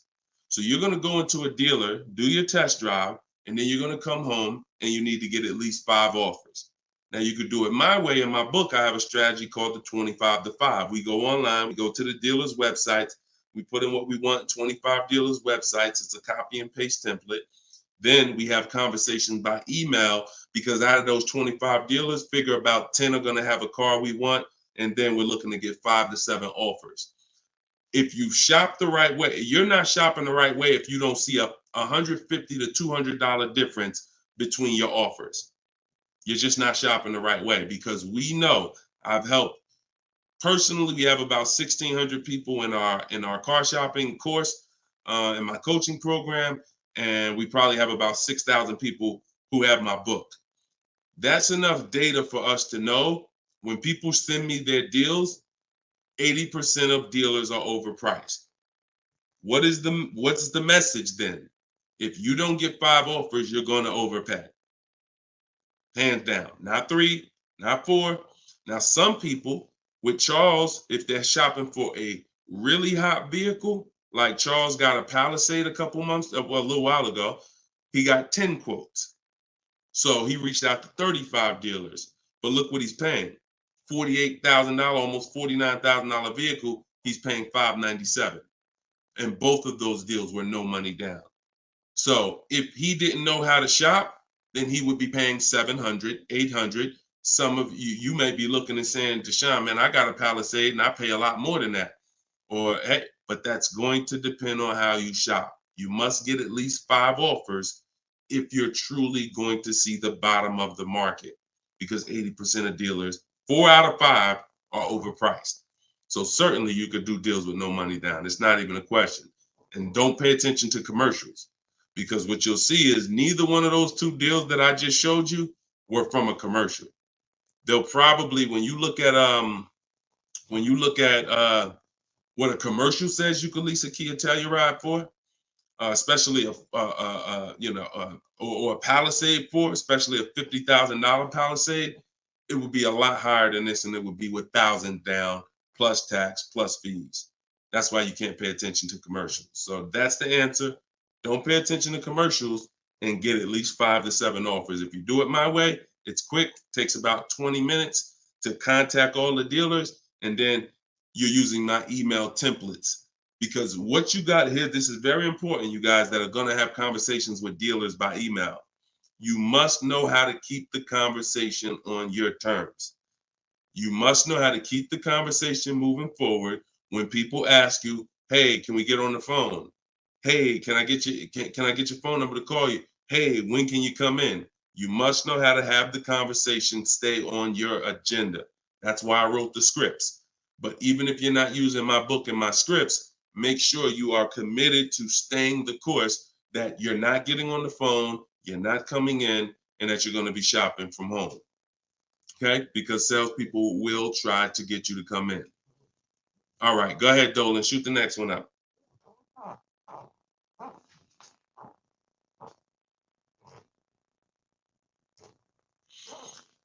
Okay. Hi, the dealer wants to run my credit card. I just watched one of your videos and you said don't let them do that. They want to run your credit card for what? Let's give Bless the chance to type. Are you purchasing something? They want to run your credit card to run your credit? Or did you mean they want to run your credit? What are they trying to run your credit for? I mean, your credit card for. Now, if you have made a deal with somebody, when we make a deal online, oh, you mean running your credit? For what? What's the purpose of you running my credit? And that's not even what the ad. See, when you request your offers, you're requesting your offers by email. And we're always telling them assume tier 1 credit. There's nothing else for us to focus on. What is the purpose? Now, again, let the 80% do what the 80% do.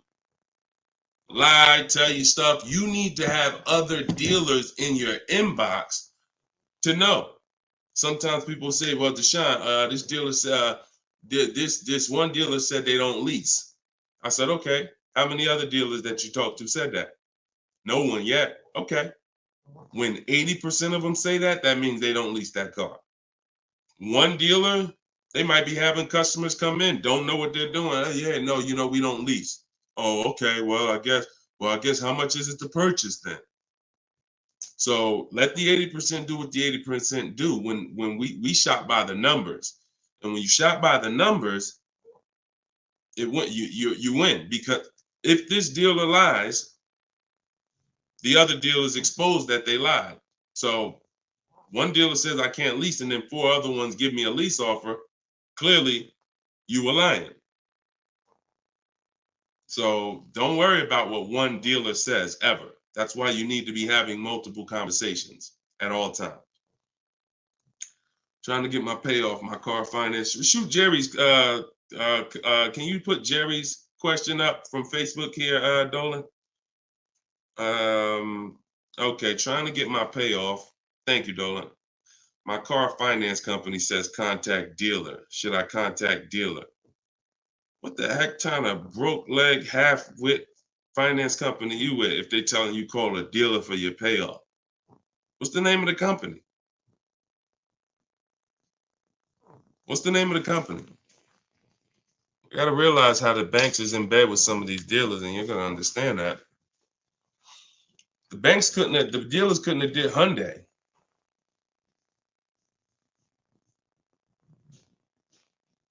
Why would they tell you contact the dealer for your payoff? Scumbag. I would call and speak to somebody else. The dealer has nothing to do with the car. If you don't pay that Hyundai, you don't pay your payment for 3 months, is the dealer coming to get the car, or is Hyundai coming to get the car? No, forget about the dealer. The dealer is just a franchise. They're there to sell you the car and put the deal together. Once you drive off, it's between you and the bank. It's between you and the leasing company. So why would the bank be telling you to go to the dealer? It's kind of like they're sending you, all right, so if you're calling for your payoff and the dealer says, oh, well, I'm going to charge you this much and this much and this much, because people will try to get their payoff, or people tried to buy their leases out, which is a terrible idea in most cases, but people were doing it and dealers were charging them a lot of money on top of their payoff, charging them fees on top of the payoff to buy their own lease. So I would call Hyundai and I'd ask for somebody else. I literally try to escalate that. Can I speak to a manager? Can I speak to somebody? Why are you telling me to call the dealer when the dealer is not who? The dealer has nothing to do with the car anymore at all. From the day you bought it, it's between you and the bank. You're the one that I owe. Why can't you tell me my payoff? And I would speak to somebody until I can get somebody on the phone who could give me an intelligent answer. That's ridiculous. That's ridiculous. TikTok quiet today. Y'all quiet on TikTok, boy. What's going on? Are y'all gonna send questions in? Let's keep them coming from Instagram then. TikTok, y'all usually be the ones sending the most questions. Let's go. What's up, Ron? What's up, James? Let's go. Type in your questions if you want. Let's go. We'll be here for about an hour. Deshone got the ebook. Sent email templates out, got responses, perfect. Using the counter offer calculator, perfect. And they usually, and they either stop communicating or say I have to come in to do any further negotiations. We have scripts for that. We have scripts for that. No, none of the other dealers I speak to have said that. Just go to the script. Every single thing is a script because I know what they're going to say. I had to use those same templates. So always keep the conversation. When you make the last counter offer, it's always a question. That counter offer is a question. So now when they come back and say anything, you look for the script that replies to that and keep the conversation moving forward. You know, once you send the counter offers, now you're just getting to the point where you're trying to see who's the best one. That's it. The counter offer calculator makes counters based on the best offer. So whatever that best offer is, it counters everyone. See, and they may stop communicating because they're already high. So if somebody gives me a 1.1% lease and other people give me a 1.4, 1.5, 1.6, when I counter, I'm countering based on the 1.1. Because once one dealer gives me that type of discount, I know that y'all just choosing not to. That's why if they say, how'd you come up with that number? The script is always, it's a little bit lower than my best offer I have already. So they know you can act like this is the bottom price that you have, but we already have the best offer here. That's why we always put in the offers, and the counter offer calculator creates the counter offer based on the best offer. I don't care if none of y'all reply anymore because y'all already showed me y'all are overpriced. So I'm gonna let you know that based on my counter offer, I know this deal could be done. And if the lowest offer, which may happen, says, look, I don't have no more room, I gave you the best, and I snatched that offer. As long as you got 5, then that's really the bottom. And that's the purpose of the counter offer, is to make sure before you close the deal, you have made a counter to make sure you know where the bottom is. But don't let them respond. Forget it. They probably, oh, he made this low offer. You know you could do that deal, but that's all right. I'll get the car from your competition. All good. All good. All right, next question, Dolan. All right. All right. That might not have any other questions. I have an isolated event. Car was totaled. Check getting cut this week. Can I pay to speak with you 30 to 60 minutes for the single purchase? No. No offense. I've been helping groups. You gotta understand, y'all. Look, I have been helping groups buy cars. Look, let me show y'all something, okay? And I'm saying this so y'all understand, right? Since 2021, this is my private group right here. All right. This is my private group. We have 1,400 people in the group. Now, not everybody who joins us in Maps Academy joins the group, because some people just don't come to Facebook. They'll come on my Zoom coaching calls. But this is how I help people one-on-one. Not even one-on-one. This is how, when you see, can everybody see this? I just want to make sure everybody can see this. This is how I work with people. If you're getting my book, you got my book, you got my strategies. This is what we've been doing. Look at the dates. Look at the dates on these cards. All recent. So I don't work with it. It makes no sense for me to work with somebody one-on-one. I don't have to. The people who have been in my group since 2021, we get to the deals, because there's no situation that you're in that's a special situation. I guarantee you that. It doesn't matter. I've had thousands of scenarios. Nothing that you have is special where it requires this special process. Your car got totaled, you need a car, you're going to follow the 7 steps. That's not going to change. If you don't have a car, you can skip the equity assessment. The rest of the 7 steps apply. It doesn't matter. You think you need a special plan. No, you need a plan. And that's the plan that I have in my book or in my group or what I'm answering here. So you can feel free to ask your question. But your situation, this is very common. There's probably 1 million people around the country in your situation right now. Car was totaled, need a car. Common, very common. I know it's like overwhelming for you, not for me though. Super common. Okay, yeah, check your spam, Jerry. Check your spam or your junk folder. All right, Troop Tip. You see that question from Troop Tep on TikTok, Dolan? Unless you got something before that. All right, another one from Instagram. I'm looking to get an electric vehicle, and I'm not one to keep cars. I'm interested in getting a lease, but don't really know how the process works. You must get bids. You must get multiple offers, or you're going to overpay. Electric cars, doesn't matter. Same process. Bid, exotic cars. When you look at, Sean's getting an electric truck. He probably got it already. But he sent me this message, and he was looking at a $73,000 F-150 Lightning. He ended up getting $20,000 off the truck. Now he's buying it. He's not leasing it. So, Taupe had an electric BMW lease. She got a BMW i4 e-drop, $54,000. She got her bids. She ended up saving $8,500 total with the rebates and the discount. She's paying $690 a month for a $54,000 vehicle. So these deals that you're seeing, these are real deals. These are below market deals.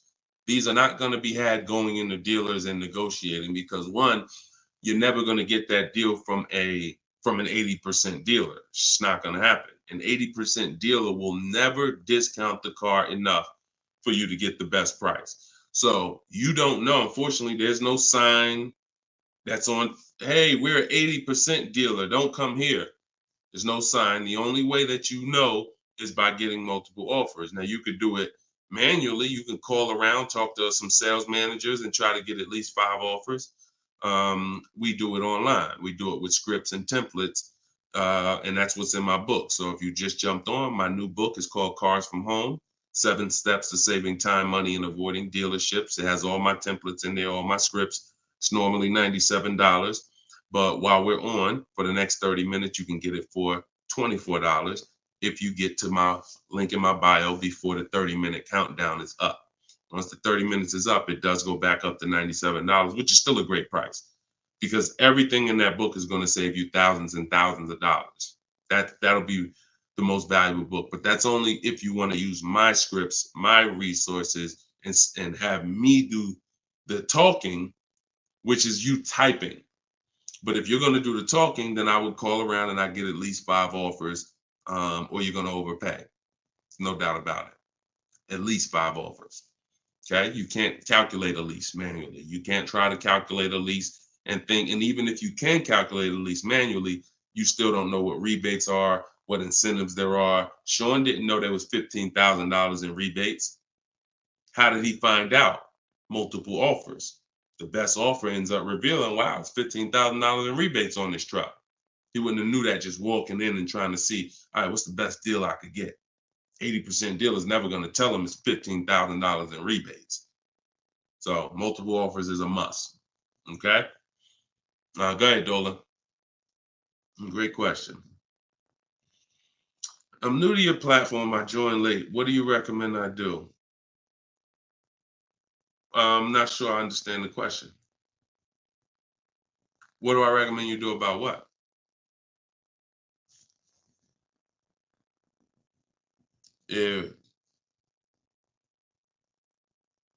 Yeah, Troop Tap.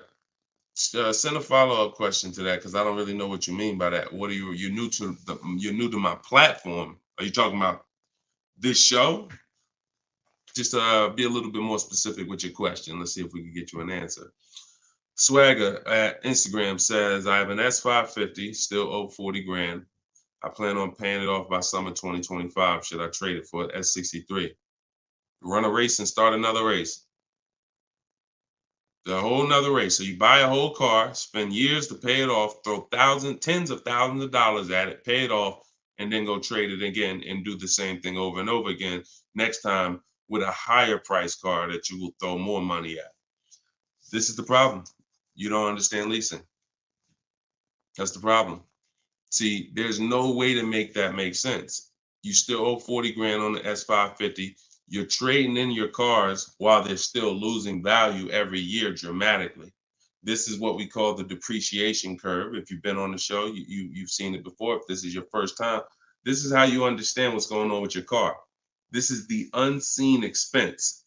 So when you buy that S-Class, it's losing thousands of dollars every couple months. And then you're see, there's three kinds of people. People who get great lease deals. Well, I'm not going to say that. People who lease, people who buy and keep long term, and they keep long term so that they can avoid the depreciation. And then there's people who are stuck in this middle right here. This is 2 years, 3 years, 4 years, 5 years, 6 years, all right here, when your car is losing the most money. So what you do is, see, it has nothing to do with how you paid for it. You can pay cash, doesn't matter. When you take a loan, now you're financing this depreciation and you're losing more. But when you say, all right, I bought this S-Class, now for the next 6 years, it's going to lose tens of thousands of dollars, and then I'm going to turn around and I'm going to trade it. You never get to a point like where you can win for the purchase. See, some of you've been taught paying off the car is the win. No, it's not. Paying off the car is not the win, because if the car is still losing value like this, if this is the way it's still depreciating and you get rid of it anytime while it's like this, you lost. You lost. The key is to keep the car so where the depreciation starts to look like this. So now, if you were here and you had a 10-year-old S-Class or 11-year-old S-Class, maybe it's worth 10 grand. And maybe a year from now, it's worth 9,500. It's not losing that much value anymore. You outlived the depreciation. That's when you win. That's the purpose of the purchase. There's nothing else important about purchasing because it's expensive. There's nothing else important about purchasing. No other benefits, in my opinion, about purchasing other than I can get to the point where I get here. I can pay off the car. What does that matter? It's still depreciating. I'm losing thousands. Now I'm gonna go trade it in, and I'm not gonna get anything for it because I'm replacing the car in its deepest depreciation phase. And I just haven't learned about leasing. I was taught not to lease. So that money you're tying up, when we were in Mercedes, a great deal on an S-Class. A great deal on an S-Class would probably be, they did them a couple times a year, probably could get one for about 13 and change. That was like a great deal, right?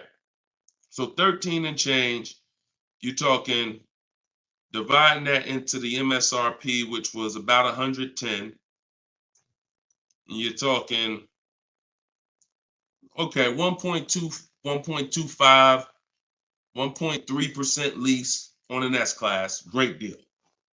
Now, y'all know I always teach the steal is under 1%. You're really not going to ever see an S-Class lease under 1% unless they just really want to get rid of them, but that's really never going to happen. 1.2, 1.3, 1.5 is the max. You're paying too much for a car you're leasing. But I want to give you a scenario. At $1,500, you're still under what you're paying for your car. See, because if I walked in and I wanted to lease a brand new S-Class, if I lease it and I'm paying $1,400 a month, then I'm driving a $115,000 vehicle, right? Now, if I decide I'm gonna buy that same $110,000, $115,000 vehicle, every $1,000 is about how much per month, everybody, if you know. Some of you seen the video, some of you talk. Every $5,000 on a that you're going to borrow on a loan is about how much per month? $100. Exactly. So when you look at a $120,000 vehicle, 115, that's a payment of $2,300 a month. No money down. See, we don't talk money down because money down confuses you. In a lot of cases, it confuses you. When you look at the deal with no money into it, no money, now you can start to see how much money you've kind of been missing. Evaluate the deal with no money. Then you choose to put money down if you want, but you evaluate it with no money. So now you got a brand new S-Class, great deal on a lease, $1,400 a month. You gotta buy that to purchase the same exact S-Class, $2,300 a month. And then you get people who might be like you, who say, you know what? I ain't gonna get a new one. You haven't learned about leasing yet. You say I ain't gonna get a new one. I'm gonna get a pre-owned one. I'm gonna get a pre-owned one. And you look to get, instead of paying 115 for a brand new one, you look to get it for somewhere probably around 70. You look to get it for somewhere around 70. Every 5,000 is $100 a month. What's 70,000 cost on a payment, y'all? Every 5,000. So you're talking 50 grand, another 20, that's 400, that's 1,400 a month. That's 1,400 a month. So put these numbers together. Great deal on a brand new S-Class. 1,400 a month, leasing it. Great deal on a brand new S-Class, buying it. 2,400 a month, no money going into these deals. Great deal on a used S-Class, 70 grand, 1,400 a month for 5 years. Now, here's where we jack it up. Oh, well, I'll just put some money down. I'll put like 15 grand down. I'm going to take a 6-year loan, God forbid, 7-year loan, stretch the payment out, try to get that payment around 1,000 a month. You don't realize you can't change the numbers by putting more money into it. That doesn't change the actual overall. If 15 grand comes out of your pocket up front, that doesn't change the fact that of the numbers. That's why I break down the scenarios with no money down going into them. So what I would say, if you need to decide if you're going to keep the S-Classes long term, then you should be buying them. If you're going to keep them 8+ years, then you should be buying them. But if you're not keeping these cars 8 years, then you should be shopping for great lease deals because you're just throwing thousands and thousands of dollars away. Same price you paid, same money that came out of your pocket for the last couple of years to drive that used S-Class, you could have been driving and leasing a brand new one. And I know what comes with a used S-Class, brother. I know it. Been with Mercedes. I was with Mercedes 5 years. I know the maintenance. I know the brake replacements. I know the service Bs. I know how much it costs to have an S-Class pre-owned, no warranty, and everything that happens is on you. So we're not even taking into account the maintenance and the repairs that you have to put into that S-Class that you wouldn't need to put into a brand new one that you lease if you just stop listening to people who told you that you shouldn't lease cars. No doubt about it. So that's the best advice I could give you, brother. All right, go ahead, Dolan. Shoot the next one up.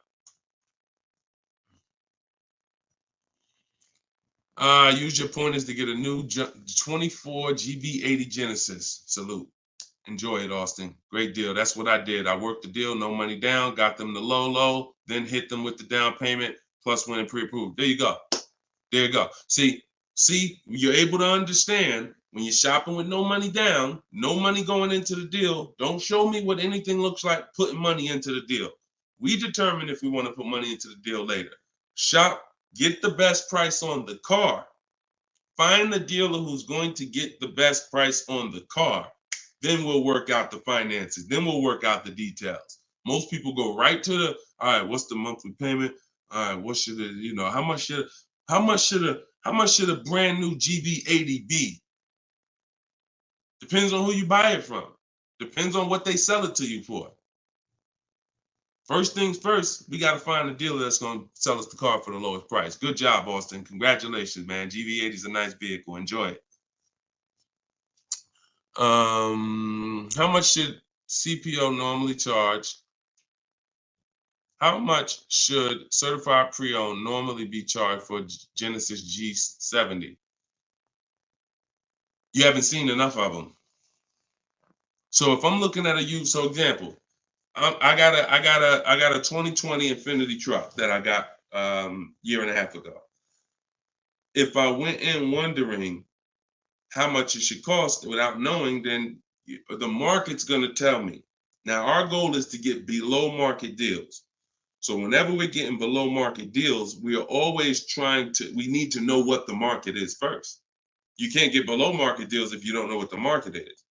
So when we're getting offers on new cars, it's easy because we can see what the market is with all the offers we get. We get 5 offers, we get 7 offers, we can see what the market is. And we can see the low side of the market, we can see the high side. You got to do the same thing with used cars. And you go on every marketplace, we use 8 of them.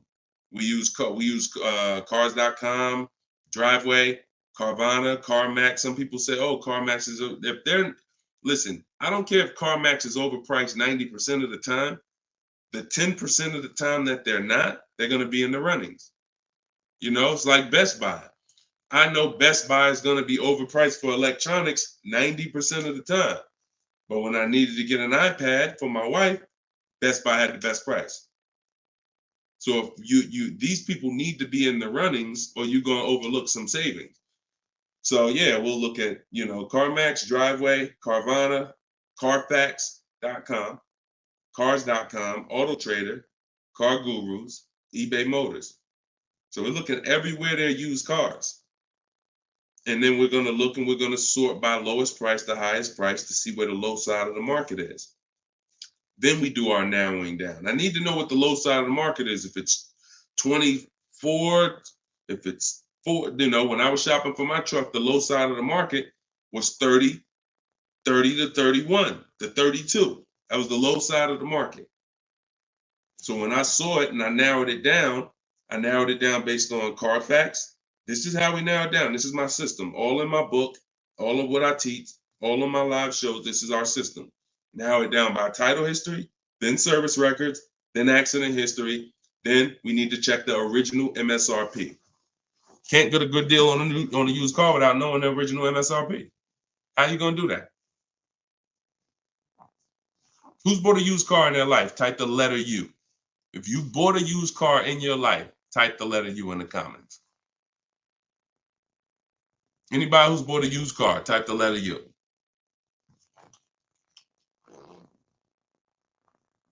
Okay, Cash, I see you. Andre and TikTok, I see you. Okay, Cash, all right.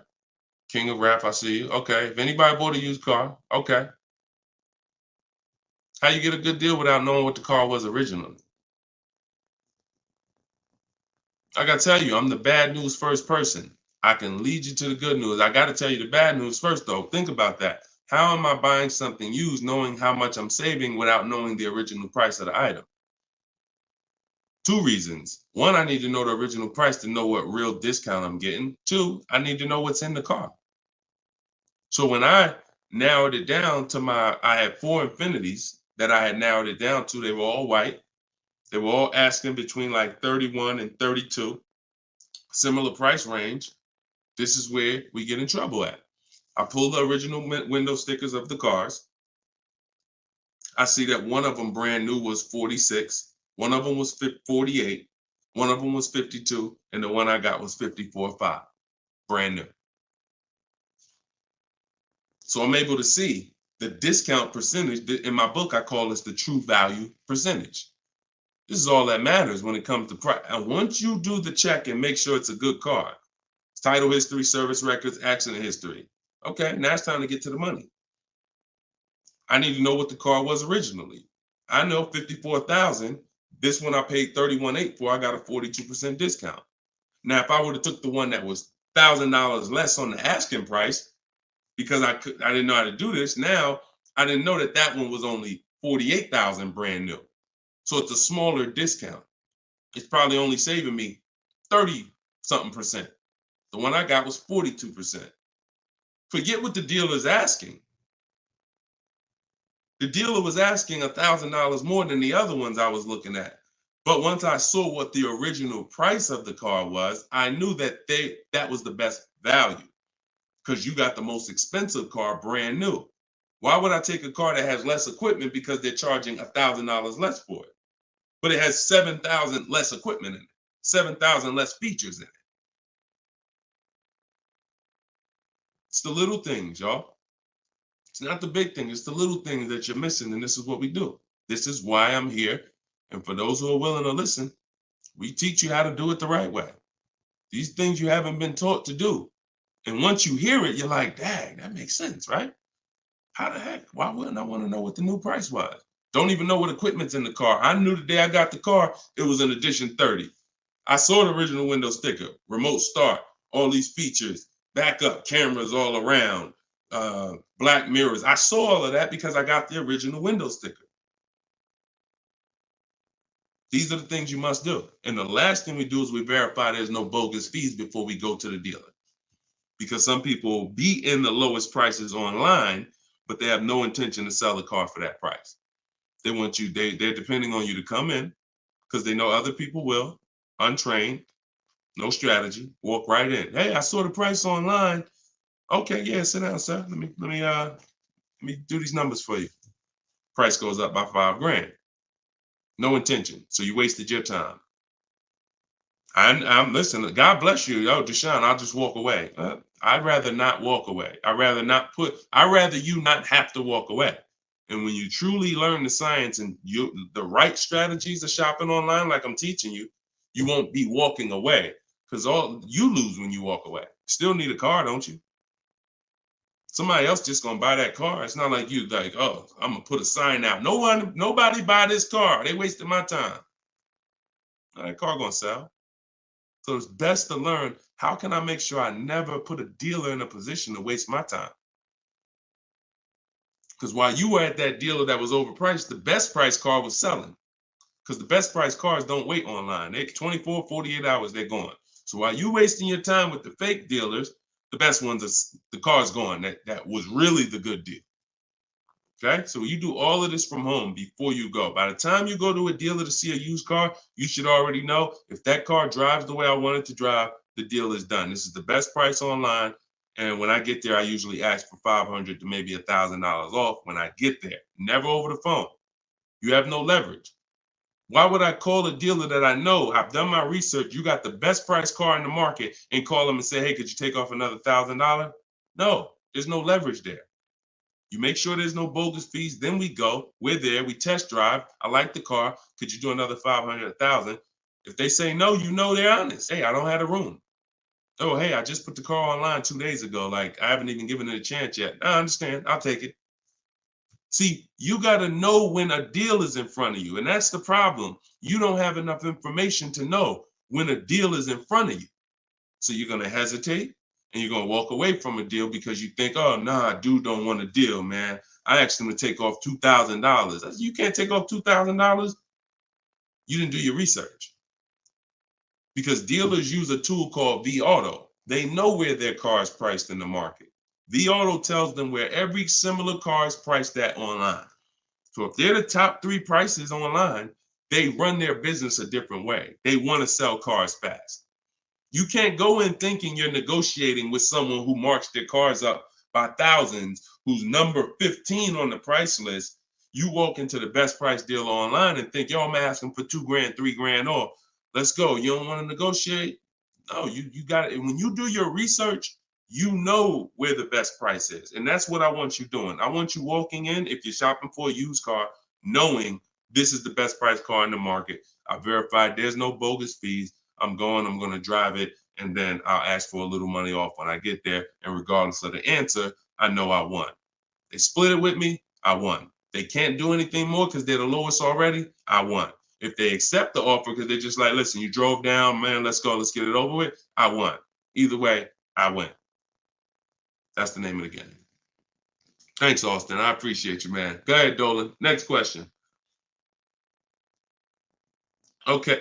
Casa Day, can y'all keep, if y'all gonna spend some time with us on TikTok, can y'all tap the screen and just run the likes up for us so we can get TikTok, so we can make sure TikTok knows we're doing something big over here. They can send some more people over. Appreciate y'all. Yep. Thank y'all. I see them running up. Thank y'all. Every couple minutes, y'all just tap the screen. It just helps the broadcast. We appreciate you. This is from Facebook. Casa de Cel. Hi, I'm paying off a Land Rover. Blue Book says its trade-in is $40,000. That's garbage.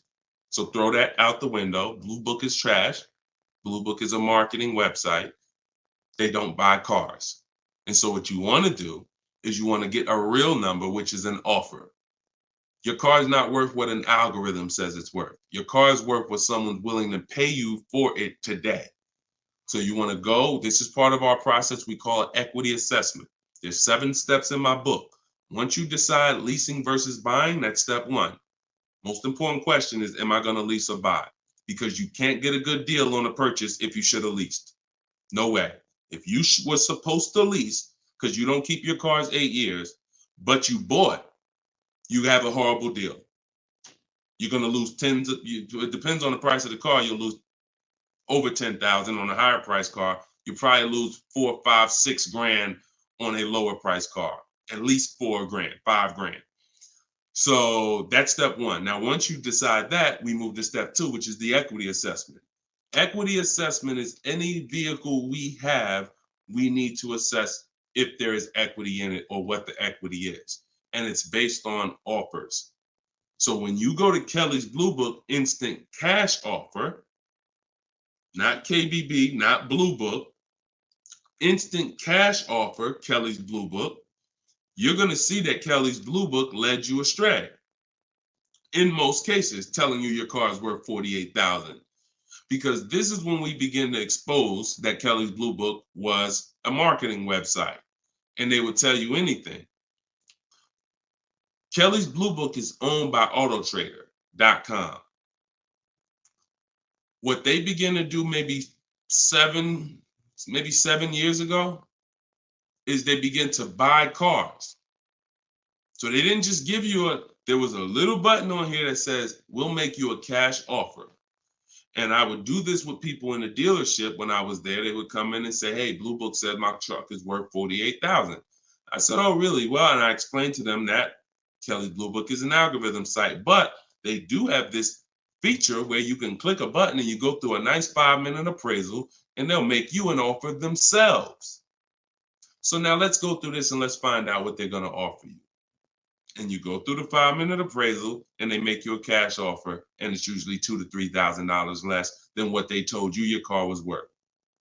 So they'll send you into a dealer fighting for a number that's not real, and you're looking unresearched, unaware, walking out saying, oh, well, I know my car's worth 48.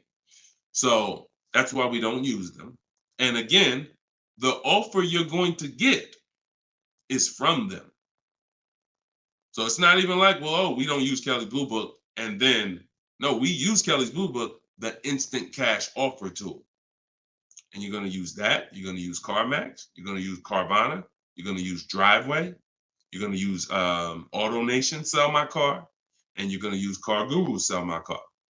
And this will take you about 20 to 25 minutes. You're going to get 6 offers because everything we do is a bid. And then you'll know what your car is really worth. That's the first thing. Before you think about what you're going to replace the car with, let's get the real most money for your car. Equity assessment. So do that first. Okay? Yeah, Kelly's Blue Book is trash, but not the instant cash offer tool. But yeah, we would be sitting there and the person will have their printout, like a number like that, 48,000. And then we go right through it and they're like, oh, wait, now they only offer me 45. Yeah, right? So if the people who told you your car is worth 48 is only offering you 45 for it, what does that tell you? Oh, go back to that site that they offered you 48. You see all those banners, see all those marketing banners and ads? Yeah, that's why they need millions of people to come there to have that make sense for them. All right, go ahead, Dolan. Next one. Right. This one's TikTok. Can I get advice on walking in a dealership with a check in hand strategy? Don't walk in with a check in hand. 80% of deals are overpriced, Andre. You can walk in with a check in your hand. If you get somebody who's really good, they're going to take the check. And that's the mission. Get that check out of your hand into our bank account. And if you're dealing with an 80% dealer, you lost. See, again, I'm giving you boundaries so that you can understand. If you break the boundaries, if you choose to go over the boundaries, that's fine. But I've been doing this for a very long time, and everybody that knows me, everyone that's close to me, be it here in New Jersey or be it in my group, they know that I'm the person who helps you save the money on cars. I would put my money against anybody that I'll get a better deal than you. Now, if you're shopping, I wouldn't put my money against any of my people who learn from me.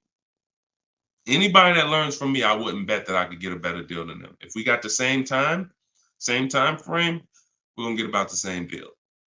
But somebody who has no strategy, just shopping, going into dealers, I'll put any amount of money. I bet you $1,000 today that I get a better deal than you without even leaving my house. So I want you to be in that position because you don't know who you're dealing with. If you're in an 80% dealer, they knock off $3,000 for you, $5,000. You think you won? Look,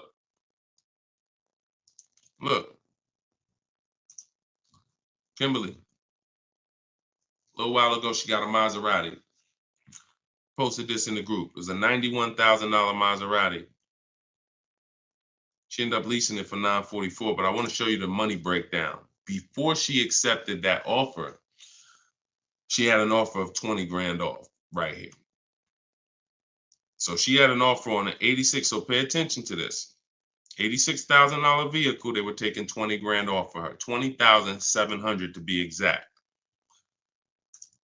She ended up going and getting a $91,000 vehicle for $944 a month. So even a better deal. So she ended up saving more than 20 grand, more than 21 grand.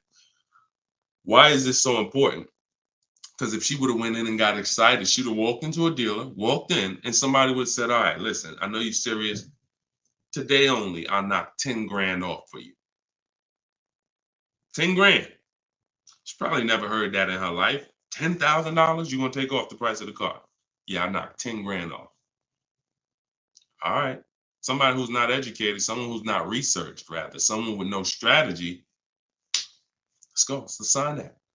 And telling our friends, you know, they took 10,000 off from me. Until we get 5 to 7 offers, we don't know what the best number is. She wouldn't have saved over 21,000 on her brand new Maserati.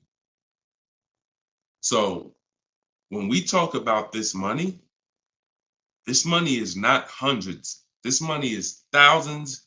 Some of you, if you're buying luxury cars, tens of thousands, 5-figure deals that you are going to just leave on the table. Going in, that's some 1990 joint. Oh, walk in, check in hand. Yo, I got a check. Who wants to sell me a car? 1990. You're doing the same things that someone in 1990 did. Let that sink in. So what do? You stay home, you get offers from home. Now, all of you who are like, Deshone, I want to do it your way. I don't want to have to figure this out. Give me the roadmap. That's my new digital book, Cars from Home, 7 Steps to Saving Time, Money, and Avoiding Dealerships. All my scripts are in there. My strategies for leases, my strategies for purchases, my strategies for used cars, the bank bidding war, where we make banks and credit unions bid for our loan. We guarantee all the money that we want to guarantee that there was not a dime that we could have saved when we make our car deal. And the only way that's going to happen is through bids. When I sell my car, not trade it, I get bids. When I buy my car, I get bids. When I get my loan, I get bids. You walk in with that check, man, that check won't be in your hand very long. So everybody can get the book for 75% off. It's normally $97. But in my TikTok bio, click the link in my TikTok bio. You won't leave the broadcast, so you could actually come and catch the last couple minutes of the broadcast. But go there as long as you get there before the timer. It's 30 minutes. Once the timer hits 0, it's back up to $97. And if you're on Facebook or if you're on YouTube, we got a link in the comments section for you. If you're watching us on a television, then you can use your camera and you can scan the QR code and it'll take you there. Get your book for 75% off, and you'll have these strategies for the rest of your life. And I also update that book. Some people say, man, is the book available in print? There's too many things that change. I change scripts. I change templates I use, websites change, Vroom went out of business. I need a digital book. I can update the master file so that way you open this book a year from now and it's updated. So you'll see some of you got it 2 months ago and you open it today and you're like, wait, I see something a little different. Yeah, because I update the book regularly. So yeah, get your copy before. And even if it goes back up to $97 and you miss the welcome offer, what are you going to save?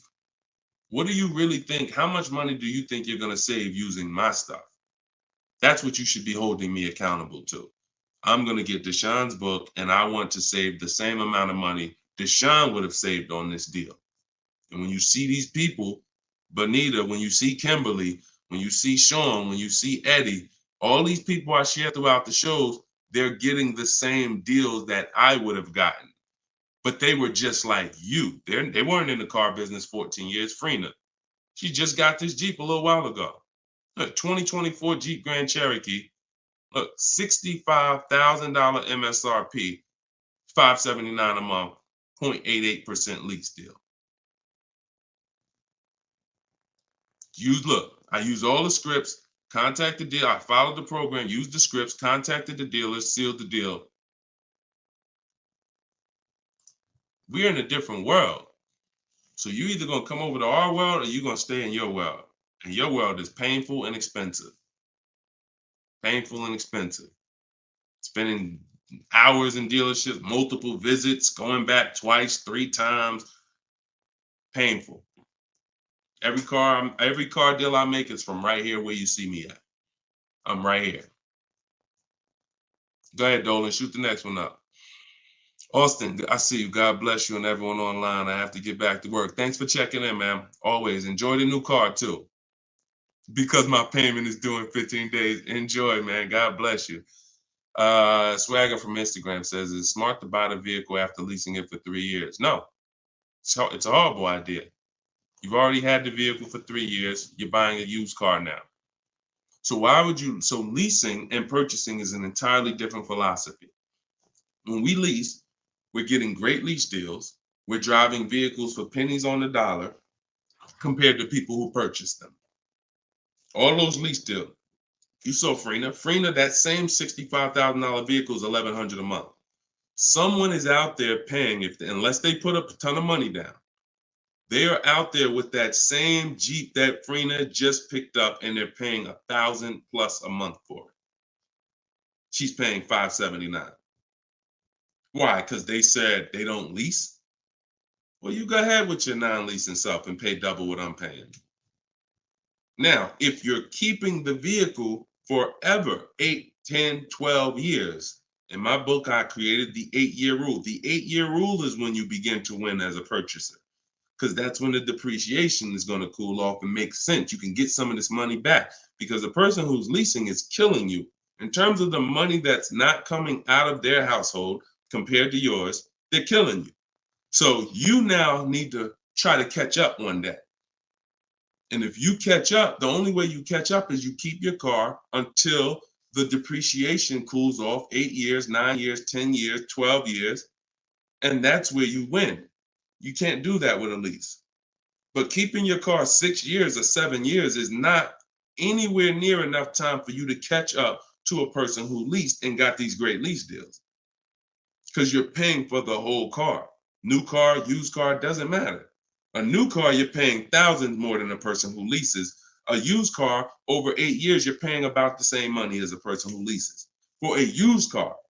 So by the time you go and replace that car, if you kept it 8 years, your car's already 11, 12 years old, 13 years old.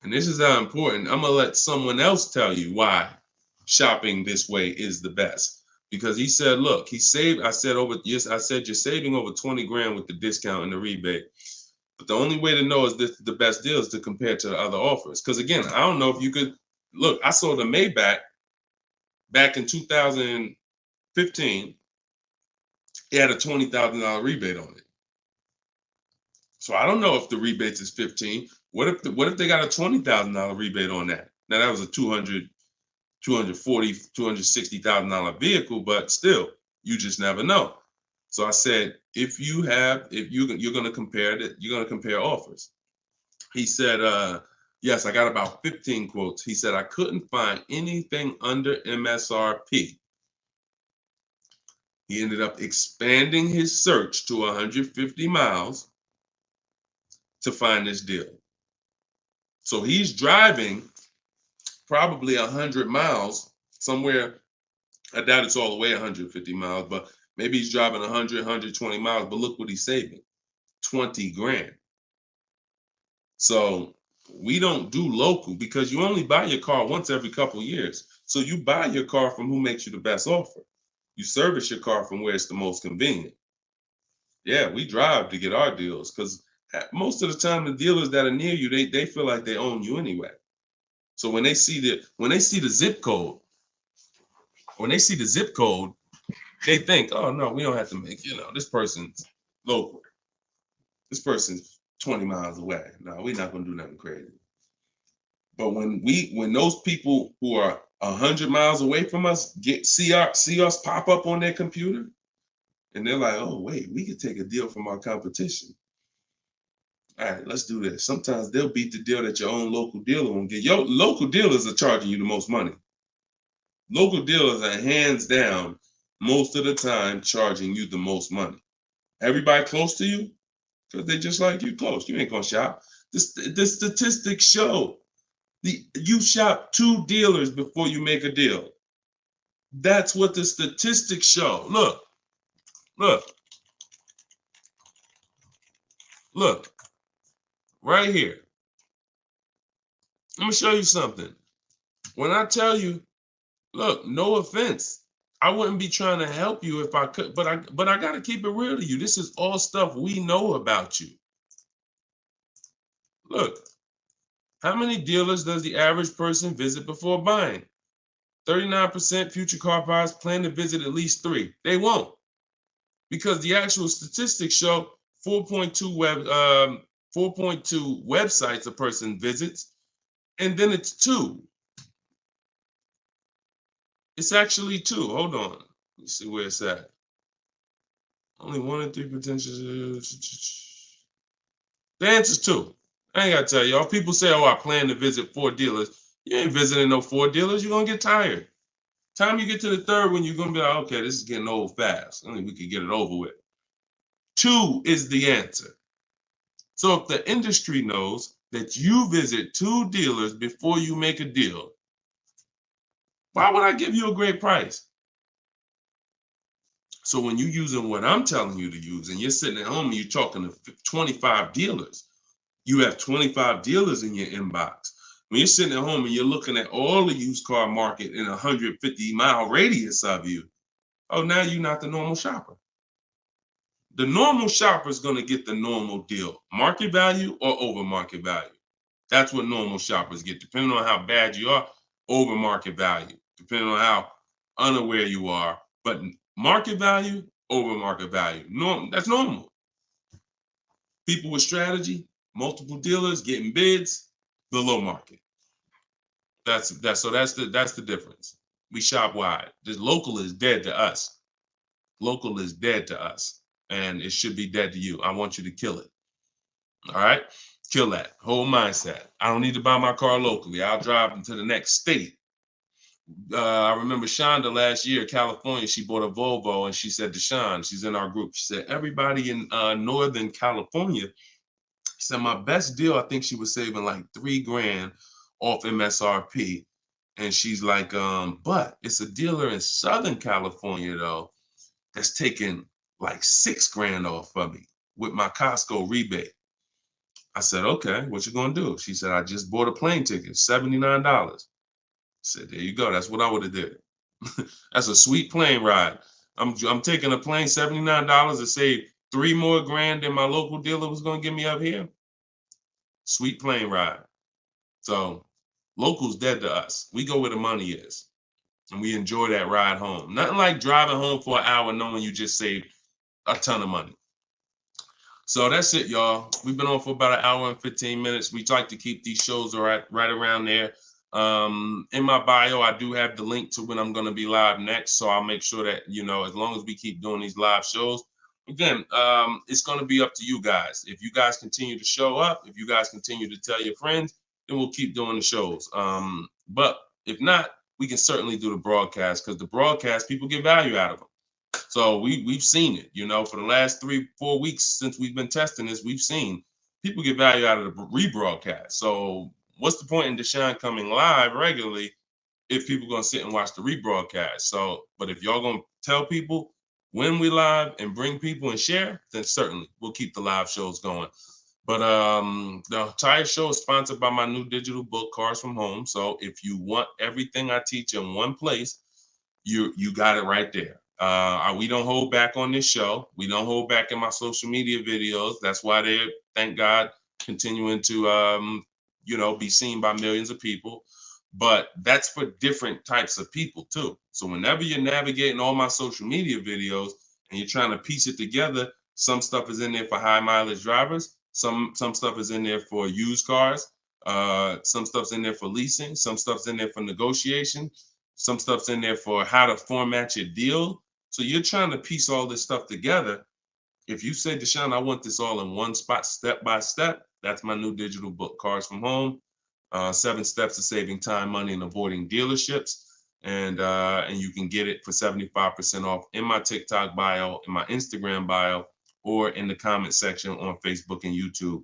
Also in my bio is a link, and we'll put one in there in the comment section as well, is a link to my masterclass that I did. It's called Everything You're Doing Wrong Buying, Selling, and Leasing Cars. So that's an on-demand class. You'll need about an hour. We go very deep on leasing versus buying there with scenarios. And I go over 23 mistakes that most of you are making. And, if you're going to really save money on your next car and every car, you're going to need to stop making those mistakes. So that is in my TikTok bio and my Instagram bio as well.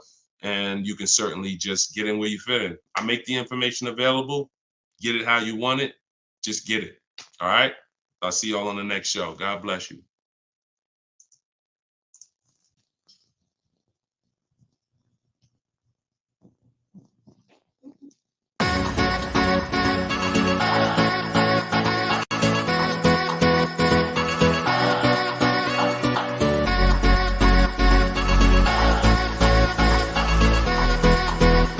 The worst possible thing you could say when you walk into a car dealership. I spent 5 years with Mercedes-Benz, 5 with General Motors, and the worst thing a person could say when they walk in is, if you could just get me to this payment, we got a deal. So your loan's probably still like 19, which means you got to pay to get out. You're upside down. It's called negative equity.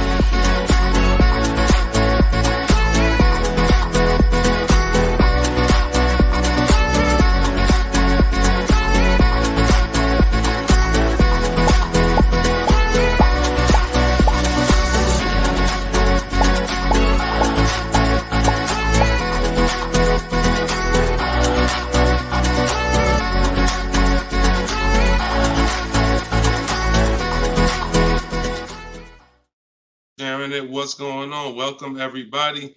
This is episode 9 of Car Shopping Questions and Answers. I'm your host, Deshone, publicly known as Deshone the Auto Advisor.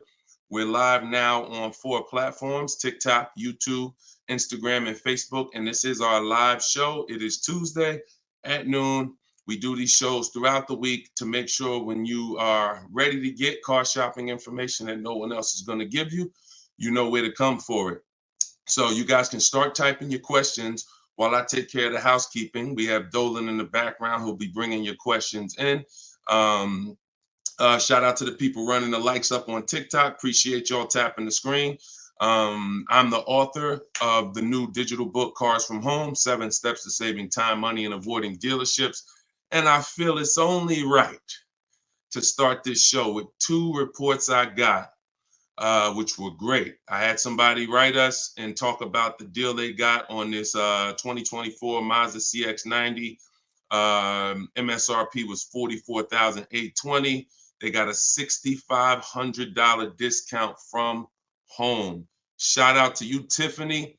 I appreciate it. This is what we do. And when we think, when we launched this live show a few weeks ago, my plan was my prayer rather was that people would take the book, use the book, write me your success stories so we can feature you here and feature your deals. These are below market deals. These are not advertised deals. And she got this by handling the process from home, getting multiple offers like we teach. We also had Barrett write his review on Goodreads. So we were 4.94, almost 5 stars. Book is outstanding, a must-have for anyone seeking to buy, lease, or even sell a car. It's presented in a very professional, easy-to-follow, step-by-step manner that covers every situation from buying, leasing, cash, credit, good, bad. Although I purchased and leased several cars in my lifetime, I learned new tactics to obtain the best value for my money, and it even has a wish list, yes, to help you separate your wants from your needs. Come on, Barrett. Appreciate you so much. Everybody who wants to get your copy of Cars from Home, it's normally $97, but for the next 30 minutes, you can go to my TikTok bio or my Instagram bio, or we have a comment pinned for you guys on Facebook and YouTube, and you can get your book for 75% off. So you won't pay the normal $97. You'll pay $24. But once that timer hits 0, your price is $97, which is still a great price. So now that the housekeeping is done, we can start with the questions. And if you got the first one, Dolan, feel free to bring it in while I put the banner up for those who want to get their book. Okay, is it better to shop online or in person? Well, you have no leverage in person. In person, you're competing with a person who negotiates every day, 2-3 times a day throughout the week. You're no match. I don't care how good you think you are. The best trained professional is just going to be better than you. And that's because they do this every day. Now, the second reason it makes no sense for you is because from a leverage position, you can't put them against their competition. You don't know where the real bottom is. And so you're going to overpay. And even if you get a good deal, who's done this? Be honest. You leave the dealership and you're like, you think we did okay? You think we could have got a little bit more? Think we could have got a little bit more off? That's called buyer's remorse. That's the seeds of buyer's remorse. Anytime you wonder if you could have got more money off, that's buyer's remorse. So we never wonder, and the way you don't wonder is by shopping online, getting multiple offers from multiple dealers, letting people compete for your business, and then choosing the best one. And if you really think about this, this is how you shop for everything in life. This is how you shop in the grocery store. When we go into the grocery store, we're not looking to try to not overpay for the spaghetti sauce, right? We're not looking at hoping that we don't overpay for the grapes today, or let's use for the potato chips we're going to buy, because we already know there's so many options and there's so many people that are competing against each other to sell us something. And that is how you guarantee your best deal, when you have multiple people competing. So when you are leasing a car or buying a car, you need to get at least 5 bids. When you are buying a used car, you need to be shopping wide. You need to be shopping within 75, 100 miles of you. And that's a minimum. And then you need to be looking at all the websites that have used cars, so that by the time you make your decision, you've seen so many options, so many offers, that you have 100% peace of mind. Now, that's just when it comes to buying the car. When it comes to replacing your car, because some of you know there's a word we don't use, it's a T word. It's 2 words we don't use. One is trade, one is down payment. Because we sell our cars, we don't trade. You never get the most money for something trading it. I don't care what you have. You got a baseball card, You trade that baseball card for something, you're not getting the most money for the baseball card. How do you get the most money for the baseball card? Put it on the market. Put it on the open market and let the buyers come to you and see what the best offer is. Never going to be from a trade. Now, the only time we do have to trade is if you're in a negative equity situation. If you're in a negative equity situation, then, and you have too much negative equity, you're going to need to do a trade if you can't pay the difference. But other than that, you know, these are the things that these are the things I want you to etch into your mind. We don't trade, we sell, get bids. We get, when we get our loans, we get bids. And when we buy our cars, we get bids. That's how we guarantee that we get the below market prices that other people aren't getting. Okay? Go ahead, Dolan. If you got the next question, shoot it up. Okay, this one's from Instagram. What fees are included when you buy a car from out of state? I mean, if you're buying a car out of state, standard fees are, if you are purchasing a car, purchasing, not leasing, standard fees are tax, documentation, DMV. Tax, documentation, DMV. I've worked for a handful of dealers in my life. I've never once had fees that were outside of those fees. Never once. Shout out to y'all running the likes up. Could y'all keep running the likes up on TikTok? And shout out to the sharers. You know we appreciate you. Thank you for sending your friends. Thank you. Listen, you should at least be tagging your best friend. Whoever your best friend is, and hopefully we all have at least one. That's the person you should be tagging. They'll thank you. No one's gonna get mad at you for sharing my stuff with them. I guarantee you that. But shout out to the sharers. I appreciate y'all. So when you are, so that's an indicator. Any dealership that is making up these fees that have run rampant over the last 4 or 5 years, prep fees, marketing fees, internet fees, low jacks, we call that padding the deal. You know, you're just packing on stuff, and what you're doing is you're leaving yourself room to negotiate. We don't like to buy from those dealers because those are 80% dealers. I saw somebody ask yesterday on the show, what's an 80% dealer? We didn't get a chance to get to that question. 80% of dealers will overcharge you. It's a competition. So what you're trying to do is find the dealers who are the best prices. And the 20% are the great people. They're the honest ones. They're the ones who are not afraid to compete. These are the people we want to buy cars from. And so once you find the honest dealer, but you can't walk in to find them. You have to sort for them. Because if me and you are standing next to each other on the street and there's 10 dealers in front of us, and they say to us, 8 of these dealers are overpriced. 2 of them are the best price, but there's no label on them. What's the odds that we're going to walk into the 2 that are the best price? Not really that good, right?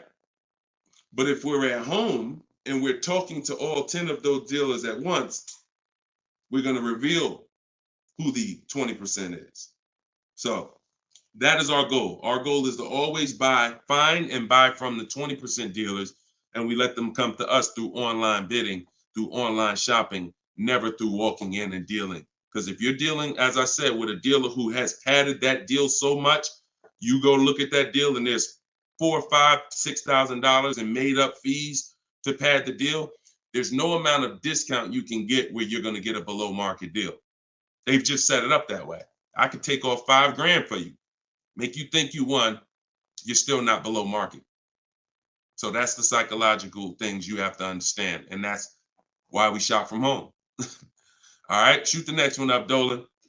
Great question. All right, good question. I see Instagram coming through with some great questions today. Keep typing your questions. TikTok, if my lease is expiring, can I go finance a new car? Is there equity in my lease? Well, the first thing you need to do if you decide, well, first of all, you got a little switched up there. It sounds like you're trying to go from a lease to a finance. That's not usually normal. What's normal is you go from a finance to a lease. Because a lot of you who found out that you're not keeping your cars 8 years, you're breaking the 8-year rule, you're overspending by thousands of dollars because you were taught never lease. So a lot of you have found out over the last couple weeks of shows, or maybe you watch videos, or maybe you went to my masterclass and you found out that that was bad advice. Not only was it bad advice, it was very expensive. It has cost you more money than you should even calculate. It doesn't do you any good to calculate how much money you lost not leasing when you're not a long-term person. But that's the more common path, finance to a lease. To go from a lease to a finance is a different mindset.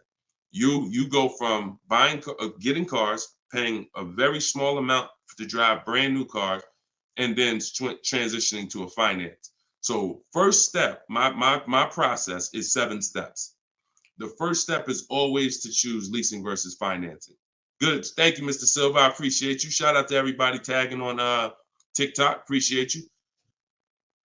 That's the first step. I call that the most important question. So for everybody's on here who's car shopping, if you're car shopping now or you will be in the next 12 months, type me in the comments. Everybody who is car shopping right now, or you're going to be car shopping in the next 12 months, type me in the comments. And I'm going to give you the first word. And I want y'all to always, when you come on this show, be prepared to dialogue. Like, be prepared to dialogue. Have your hand by your keyboard. You're going to learn a lot more engaging in the dialogue than you will sitting back and just listening. Active learners learn better than passive learners. Okay? So now, all of you who said me, I want you to ask yourself, how many years are you keeping the next car? Because this is the lease versus finance question. This is the lease versus buy. I'm not going to say finance because some of you are going to pay cash. This is the lease versus buy question. How many years are you keeping the next car? Gary said forever. Okay, there we go. So that's a good indicator till the wheels fall off, Joseph on Instagram. I see you. Okay, here's the question. 72 months. Okay, that's 6 years. You shouldn't be buying, Frankie. And I'm going to tell you why in 1 second. As long as it lasts. Now, when you want to try to get a little bit more specific than that, because sometimes you'll buy a bad car. It only lasts 5 years, where if we know we're going to keep this thing long term, we want to make sure we buy a car that's a quality car. That's what we want to make sure that we do. Buy a car that's a quality car. All right. So let's do, okay. So all of you, if your answer, I see you, Andrew, you 6, I see Teresa 10. Okay. Now, here's the rule. I call this the 8-year rule. The 8-year rule is based on when cars lose the most money. So it's not based on, see, some of you have been taught you pay off your car, get the title, do whatever you want. You want to trade it in, do what you want. I'm here to tell you that that's cost you because you don't understand the unseen expense. And the unseen expense is the one that's hurting you. That's depreciation. So the first thing you're trying to get when you're deciding I want a car is, how am I going to avoid big depreciation? Big depreciation. You buy a car for $30,000 today. What is it worth in 3 years? Even if you don't drive it. See, this is these are the things that you've been, oh, well, I want to buy a car. I drive as much as I want. But even if you don't drive a car, if I sat a car right outside your house right now and said, Lily, this car is worth $30,000, and you said, Deshone, I don't need a car. I already got a car. And I said, but it's yours. Here, it's yours. It's worth $30,000. You don't drive it. You come back a year later. What's that car worth? Told y'all, stay by the keyboard. What's the car worth? See, we're going to dispel this myth right now, because some of you don't understand, because of what you've been taught, that you think, oh, if I buy a car, I could drive it. I don't pay for the mileage. I'm going to show you that not only do you pay for the mileage, you pay even if you don't drive it. See, look, Alvin said 24. Look, didn't drive it 1 mile. Days on Instagram said 24. Look, didn't drive it 1 single mile. That's probably accurate. So think about that. If that's many people will mention depreciating assets. That's a very common word, but we're now going deep on what that actually means. Depreciating asset means I purchase something, I acquire something, whether I use it or not, it's going down in value. If I use it more, it goes down in value more. So the first foundation that you need to get is leasing versus buying. This is why if you don't lease, but you should have leased, there's no way to get a great deal. Because when you get great lease deals, some of you seen Danielle. Danielle got an Audi A3, $44,000 car. She's paying $550 a month, no money down. So that's Danielle. So when you consider what that deal would, what that car would have cost her if she purchased it, no money down, probably would have cost her about $900 a month. $900 a month. Every 1,000, but every 5,000 is about $100 a month, depending on interest rates. 5-year loan. So foundation. So what you're trying to do is avoid the depreciation. Y'all know when I break this out, y'all know what this means. Some of you, if you're new here, you may not know, but this is what this means. This is how your car loses value year 2, year 3, year 4, year 5, but then it starts to level out. And what you want to get to, forget paying off the car. You could have paid cash for it. Doesn't change this. Deshone, I got a loan on it. Doesn't change this. This is the actual asset value. This is the car's value. Forget the loan that's attached to it. This is the car's value. So your goal in purchasing, if you want to avoid this, see, some of you buy cars, trade them in here. Trade them in here. That's 2 years, 3 years, 4 years. You're trading the cars in when they have lost the most value. And that's a losing formula. Now, there's 2 ways that we avoid this. One is long-term ownership. Who has a car outside? They've had it for more than 8 years. More than 8 years. Type me if you have a car in your driveway or in your household, you've had it for more than 8 years. Type me. I see you, Gary. Okay. Okay, I see you, Sergio. All right, more than 8 years. I see you, Twill. Now, this is where you win. Here's why. Your car is no longer losing value like this every year. Now it's only losing a little bit. Now it's only losing a little bit. You beat depreciation. See, the goal with a purchase is to beat depreciation, not pay off the car. You could pay off the car and still lose to depreciation because you replaced the car in the early life cycle. So if you are not buying the car with the intent to keep it long term, 8 years, there's no comparison to a person who's leasing. So there's 2 sides. One is the people like Danielle. One of the people who are like, Deshone, I'm not keeping a car 8 years. You should be shopping for aggressive lease deals, not normal lease deals, below market lease deals. That's what I teach. Or you should be purchasing, getting great deals, below market deals on purchases, new cars, used cars, with the intention to keep them long term. That's it. So that's all step 1. I call that the most important question. That my book is broken down into 7 steps. It's called Cars from Home, 7 Steps to Saving Time, Money, and Avoiding Dealership. Step 1 is the most important question. That's what we just hit on. It's the leasing versus buying, because you need to pick a side and you need to have a long-term plan based on what side you're picking. You can't be stuck in the middle. Stuck in the middle, you're going to lose all the money. You lose all the money stuck in the middle. Purchasing cars, flipping them in 3, 4, 5 years, you're losing all the money. Buying your leases out at the end, you're losing all the money because you're mixing the 2. Lease or buy long-term. This in the middle right here, that's the danger zone. Everybody clear on that? If we're clear, type clear. If we're clear, type clear. All right? This is Monday's live show. But wait, what day is it? This is Tuesday. Tuesday's live show, 12 o'clock. So whenever y'all don't see the banner on the show, then you know it's live. If you see the banner that says when we're live, then you know it's one of our rebroadcasts. But if you don't see the banner, that means we're live and you can start typing questions. All right, clear. All right, everybody's clear. Now let me hit the second part of Frankie's question. Okay, and for those who just came on, everything I teach is out of my new digital book. It's called Cars from Home, and you all can get it for 75% off. It's normally $97, but in my TikTok bio, in my Instagram bio, and in the comment section on YouTube and Facebook, we put the link there for you so that you can get your copy for it. You won't pay the normal $97, but you only got 30 minutes. It's a welcome offer. Once that clock goes down, to zero, your price is $97, which is still a great price. You saw how much money Tiffany just saved on her new Mazda, just using what's in the book. Saved herself, I think, $6,000. So go ahead. Oh, no. So, and then you move into the equity assessment. So once you decide, Frankie, which you already said you're only keeping the car 72 months, you should not be purchasing. Because if you purchase, we already went to what's going to happen. You can't win keeping that car 6 years and then replacing it. So you should now be doing your equity assessment, which is calling your bank, get your payoff, and then you're going to go to the cash buying websites. Don't use algorithm sites because they're worthless.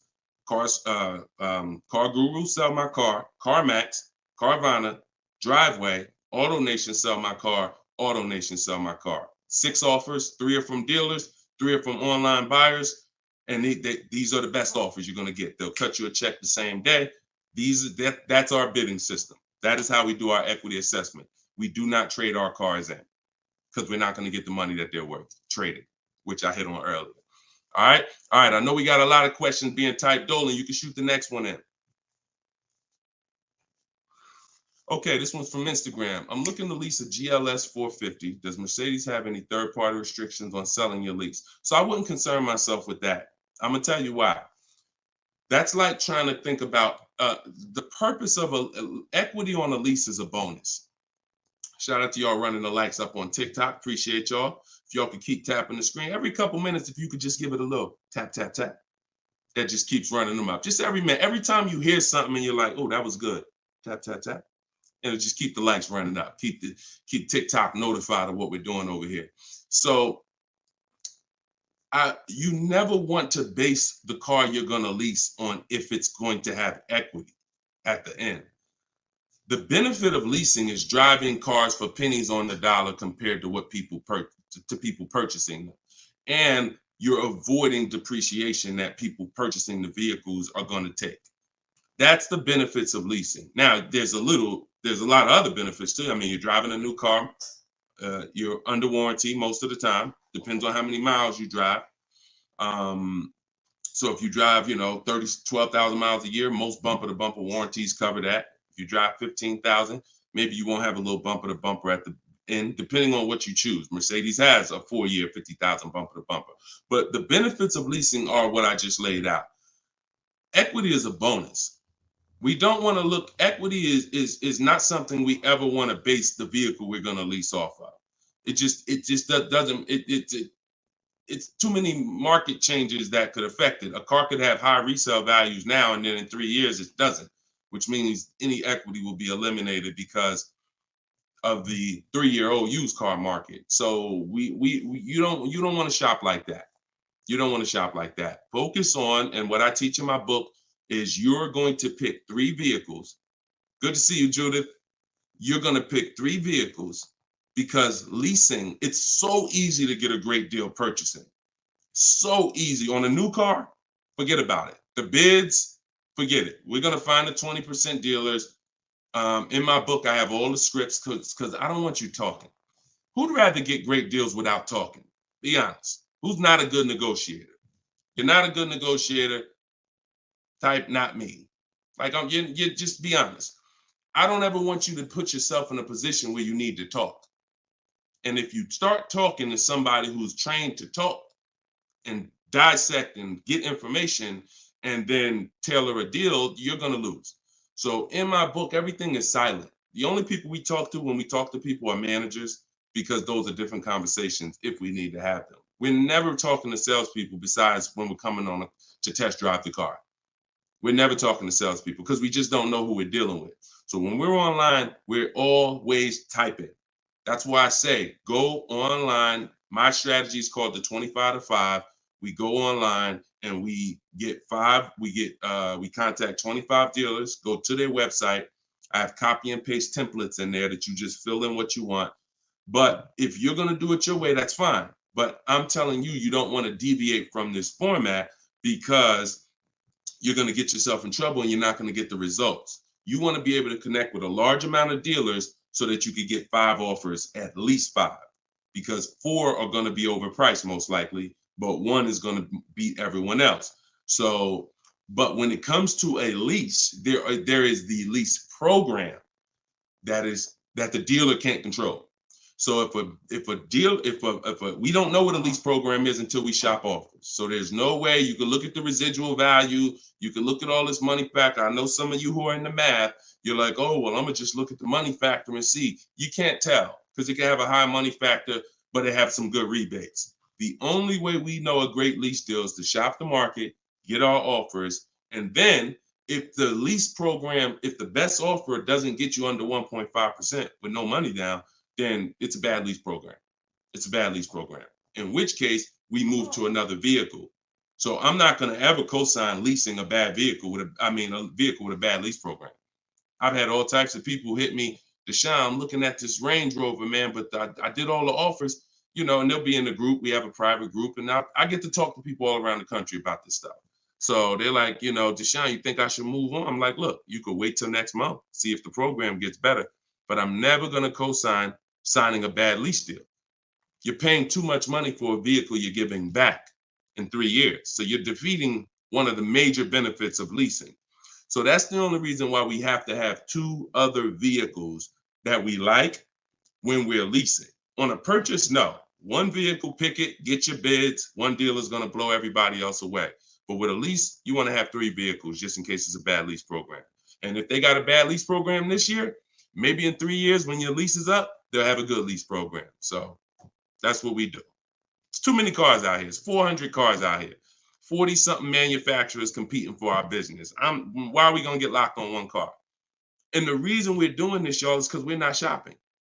You're not shopping. You're not taking the going out for the weekend and test driving cars seriously. You're about to drop 40 grand of your hard-earned money. You need to be, like I teach, shopping and not letting anyone disturb your shopping. If I'm looking for a car, I'll take a whole Saturday and go out or a Monday, and I'll go out and I'll drive 4 cars and be like, okay, that was fun. Don't sit down and don't talk numbers. So let me make that clear.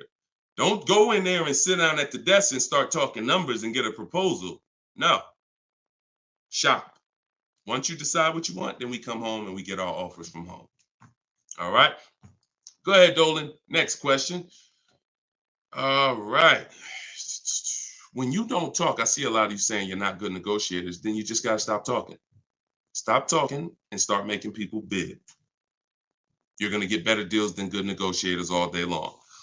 Heard you loud and clear on the rebroadcast. I'm here live. All right. Welcome, Jill. Looking for a car now. Profited on a sale, so coming in clean. Need to rebuild credit. Lease cheap car, finance car under 5-6 grand. It depends on where your credit is. If you're in the mid-6, I teach something called, profile over score. So if you have a paid off car, if you have nothing gets you approved for a car like on-time car payments. If you've been making on-time car payments for 2 years, 3 years, you're typically gonna get approved for most leases. As long as you're not going from like a $450 payment to a $900 payment. But if I'm in a state where if I'm in that mid-6s, 660, 670, I go for the lease. If I'm in the low 6s, then I go for what I call a smart car, which is the car to set you up to lease. So your goal is to get the least expensive car you can get a loan on, quality car. You want to go small as possible, and small as possible for you might be you need a sedan. You might need 3 rows. But I teach something, and that's what we were talking about when I posted that review that Barrett wrote for our book today. He was like, we get a wish list for needs versus wants, because oftentimes we confuse these. Needs are things you can't live without. I need to have this, or the car's not going to do what I need it to do. I need to have it.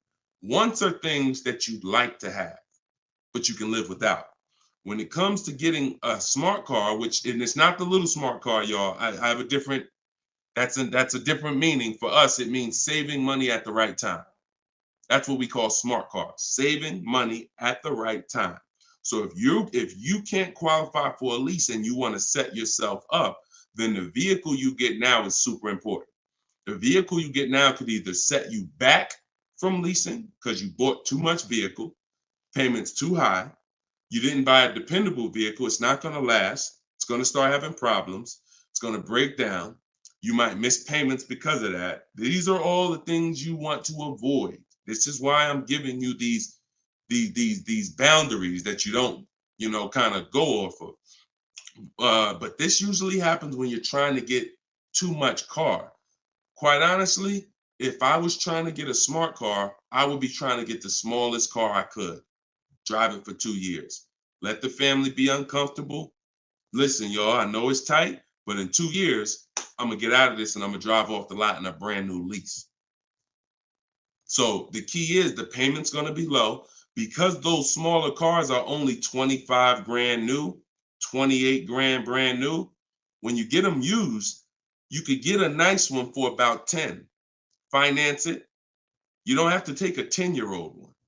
So you want to get one that's relatively, good. It needs to last you 2 years, or the plan's messed up. So you get the smallest car you possibly can. You drive that 2 years. That's your sacrifice car, and then you flip out of that car. Well, after you have 2 years of on-time payments, you flip into a brand new lease, and then you're leasing new cars from now on. That's what I do, depending on your situation. If you're high sixes, mid sixes, and up, I go for the lease. If you're under that, then I would go for the smart car. Okay? All right, keep me posted. Good job. Just having a plan. Having a plan. Go ahead, shoot the next one up, Dolan. I forgot to tell you. Yeah, I see you, Jill, and keep that up. This is a different Jill, I think. This is a means to my dream car. I'm a patient. Yeah, I'm patient. My husband has the needs car. There you go. There you go. You can flex in 2 years. You can flex in 2 years. You do this right. You drive this car for 2 years. You don't miss any payments. Make sure when you're buying a $10,000 car and you finance it, payments are $250 a month for 5 years. You don't have to take a 6-year loan. You don't want to take a long loan on a smart car. You want to take a shorter loan, pay $250 a month. Now you're not going to miss those payments. Max at 300, depending on the interest rate, could go higher, 325. But the point is that's affordable. So it's not going to mess up the plan versus you trying to pull out in a $25,000 used car with a high interest rate. Now your payment's $575 a month. You get what I'm saying? So just stay focused, stick to the plan. All right. This is another Jill from YouTube, I believe. Buyout is, go ahead, keep that one up. Oh no, I saw that one. Get the one you just had up, Dolan, from the other Jill. Yep, thank you. So buyout is $36,000 on my 2023 Audi Q5. I want to lease a Range Rover Sport. Should I sell on my own or turn into the dealer? Doesn't look like, and I'm just going to tell you, this is not usually when we do an equity assessment. Now, if you can get out, break even, great. You're driving a 2023 Audi Q5. I don't know who told you that you could switch cars that fast, but it doesn't happen that way. And so the only time in history that we've been able to switch cars that fast is when there was a once in a lifetime seller's market, 2021, 2022, 2023. Once in a lifetime. Chip shortage, every single car was worth 5,000, 7,000, to some of the trucks were worth 10 to 15 grand more than they would normally be worth. Now, I told people back in 2020 that 2021 that was going to come to an end, and don't get used to this. But I told everybody who would listen, you need to cash out now because your vehicle is never going to be worth more today, never going to be worth more than it is today. But that's over. So if you may have cashed out, some people, you sold a car. If you sold a car back then, you can type, type dollar signs. If anybody sold a car from 2020 to 2023, and you got crazy value for it. Some people were like buying cars, and 2 years later, they got all the money back. I did that twice. I leased a brand new Jeep, 2018, and I sold it in 2021, and I made $8,900 after I drove it for 3 years. And my mother, I helped her sell her Mazda CX-5. She was a low mileage driver, and I helped her cash out. She made $10,200 after she drove it for 3 years. Made a video. I recorded her and my dad. They couldn't believe it. They couldn't believe that they drove a car for 3 years, turned around and sold it, got every single dollar they put into it back. And he was like, all right, man, I'm looking forward to doing this again. I said, Dad, this ain't gonna happen again. So enjoy it. You were part of a once in a lifetime market where you cashed out and you won. But we cannot base our strategy anymore off that. That's over, and you'll get in trouble financially trying to do this. So there is no setup where you could buy a car or lease it and in a year, 18 months, trade it, replace that car. Just now. Because we already talked about earlier, let's take a $50,000 car. A year later, if you don't drive it 1 mile, what's it worth? Didn't drive it 1 single mile, just parked it right outside your house. 43, 44, max, absolute max. So when that car is losing value like that, whether you bought it or leased it, the asset, it's what the car is worth. Forget about the finances attached to it.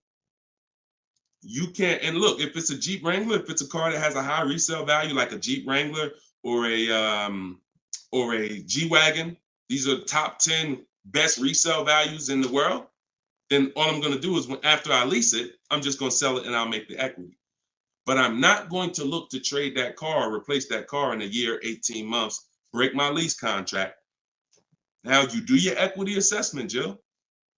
Call your leasing company, find out what your payoff is. You said it's 36. Now, if you can get offers higher than 36, then you can get out. Very simple. So get the offers from the companies that I mentioned about 15 minutes ago. I laid out the 6 companies. But when you lease, though, you must put no on those websites. It's going to ask you, do you have is the vehicle owned, leased, or financed? You want to put owned, because something triggers on their websites. They think every lease has a third-party restriction. Most of them do, but if you just want to find out what the market value is for your car, and if you could get out and make some money or break even, then yes, you can jump out, no problem. But if you see that your buyout is this and all the offers are below that, then what you're now about to do, even if you say, because some people will say, all right, well, I'm gonna walk in the dealer, see if they can work a better deal than that. No dealer is going to give you more than the online buyers. So if you run those online quotes and all of them are less than your payoff, all a dealer is going to do is take the negative equity and the desperation for you to get out and roll that negative equity over to your next vehicle because you're desperate to get out for no reason. So that's the real. You can do what you want. I would suggest you don't get out of your lease. You don't break a lease contract until you can financially do it, which means I can break even, I can sell, and I can get equity, or either break even. Break my contract, but I'm not coming up with a dime because a dealer bought my car and I'm out of this thing. That's the only way I'm breaking a lease contract. I'm not rolling negative equity. I'm not going to create negative equity in a lease to get out of a lease early for no reason. It just doesn't make financial sense at all. All right, no problem, Jill. Happy to help. Happy to help. Okay, so that's step 2. See, the equity assessment step, guys, is so important. See, because it's the foundation of our deal. So when you look at step 1, the leasing versus buying question, how many years do you keep in the car? 8-year rule. That's step 1, super important. Foundational of your deal. As I said, you can't get a good deal if you purchase, but you should have leased. Impossible. You got a bad deal. I don't care how much money you get off. Now, second step is if I have a car to replace, I got to do an equity assessment because I need to know, is this car that I'm in going to be going to prevent me from making a move right now? Too much negative equity, I'm prevented from making a move right now. If I can get out, make some money, now I got some money. I can sell. I can put money in my pocket, put it in my bank. That means it's an asset. It's a blessing to me. So your car that you're in could either hinder you from getting a car or it can help you get the next car. That's why we always do the equity assessment before anything else. All right. I don't know why I'm frozen on Instagram. All right, go ahead back in, Dolan. Next question. Okay, now I'm back. I see. I'm just monitoring Instagram. Okay, and just so y'all know, everything that I'm teaching is out my new book. And look, I want to show y'all this. And before, keep that question up. Look, here we go. Boom. Look at that. 4.94. Thank you to everybody. We're higher now. I think we're up to 35 ratings, 28 reviews. So thank you to everybody who's reviewed the book on Goodreads. Appreciate you. And thank you for everybody who's using it. Make sure you are writing me with your success stories. Show me your deals so that I can post them just like I posted Tiffany's deal. But everybody can get the book. You can get yours for $90. It's normally $97. But as our welcome special, our book launch special, you can get it for $24, 75% off in my TikTok bio for 30 minutes, or my Instagram bio, or in the comment section of YouTube or Facebook. We have a comment pin for you. And if you're watching us on TV, you can use your phone and you can scan the QR code here on the screen, and you can get your copy for 75% off. But once that timer hits 0, if you visited that page and the timer it started, once it hits 0, the price does go back up to $97, which is still a great price. It's a great price either way. And it'll be in your inbox in a couple minutes. Okay, this is from Instagram. I use your template in the book to ask for quotes. Their response is the lowest offer you ever received. They are being difficult and giving me their best offer. What's the best way? Use the scripts. It's just conversation. Hopefully you listen and you have a separate email, because you're not going to have intelligent conversation with 5, 7, 10 dealers mixing personal emails. So every part of the system is important, having a separate shopping email. So everything in there is dealers. And now everything they're saying, we have a response for. Every single thing. It doesn't matter. Don't expect 80% dealers to be easy. Expect them to, hey, can we have a conversation? Hey, when can you come in? Hey, this be a whole lot easier if you're here. See, what we already know is we've given them all the information they need to give us a quote. So the best thing, or the stages we move through in our conversation with dealers, is who has a car that I want. That's first. Our first set of scripts is designed to weed out the dealers who don't even have a car we want. Nothing to talk about. Nothing to talk about. So there are dealers who won't tell you they have a car. That's why we have scripts. Hey, when can we talk? I'll be handling my whole purchase online. Can you confirm if you have something that matches? Every one of my scripts ends with a question. If you're not going to use my scripts in my book, then you make sure every email you write should end with a question, never a statement. So what you're sitting at home and you are copying and pasting. Very simple. Everything they say, we have a response, because I use those scripts. I'm from inside the dealers for 14 years. I know those scripts. Hey, it'd be easier if you were here. Hey, we only do business in person. Hey, when can I get you on the phone? I promise it won't take long. All of the stuff they're going to say. Hey, we only quote in person. None of the people I'm talking to have said that. So should I remove you from my list? Always ends with a question. So your expectation may be, you thought by sending all the scripts, you were just going to get, oh, quotes coming in, everyone doing this. No, that's why we have scripts, because we keep the conversation moving forward.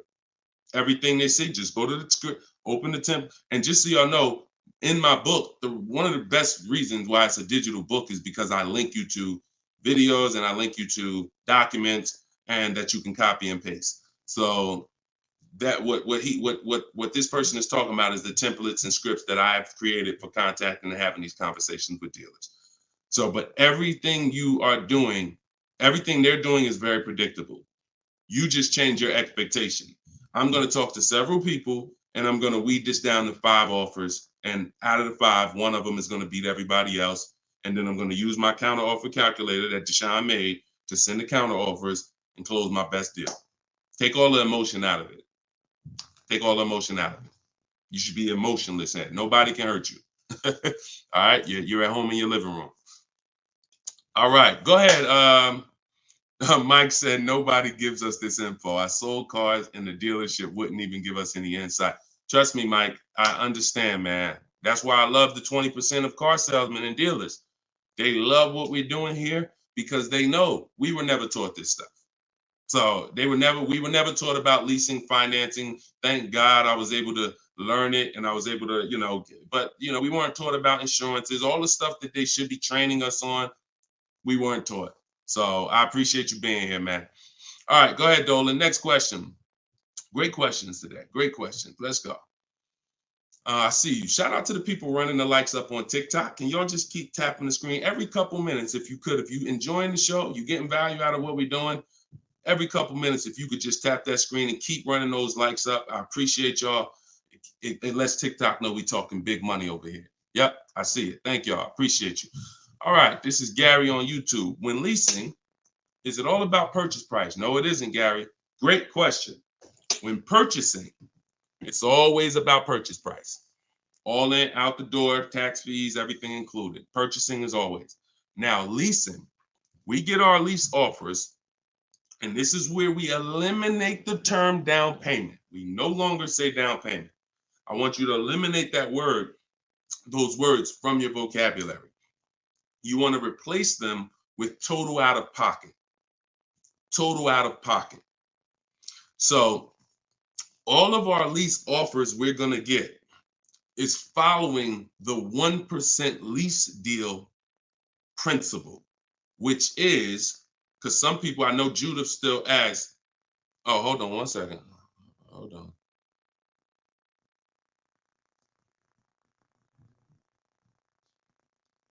Okay, I think my wife's headphones hooked up to the broadcast here. Thank you for letting me know, Judy. So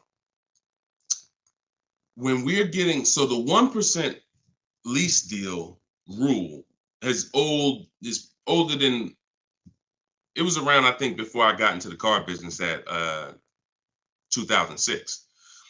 And what it was is if your lease payment was 1% or lower of the MSRP of the car, you stole a car. Stole a car. Example, I know if you've never seen a 1% lease deal, let me show you a couple. So this is Greg. Greg, look, first time posting here. I'm excited. My latest lease, graduated.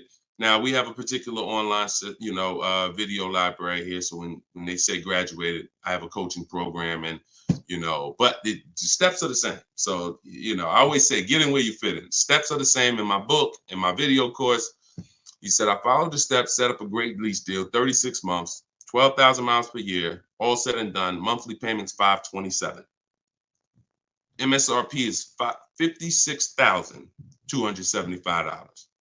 So when you divide the monthly payment into the MSRP, you're going to get a number. Now, when you multiply that by 100, so I'll give you an example. Let me show you how this works. In Greg's case, I got my calculator up here. I would take 527, divide that into 56,275, which is the MSRP, not the selling price. Doesn't matter the selling price. The MSRP is how we gauge the value.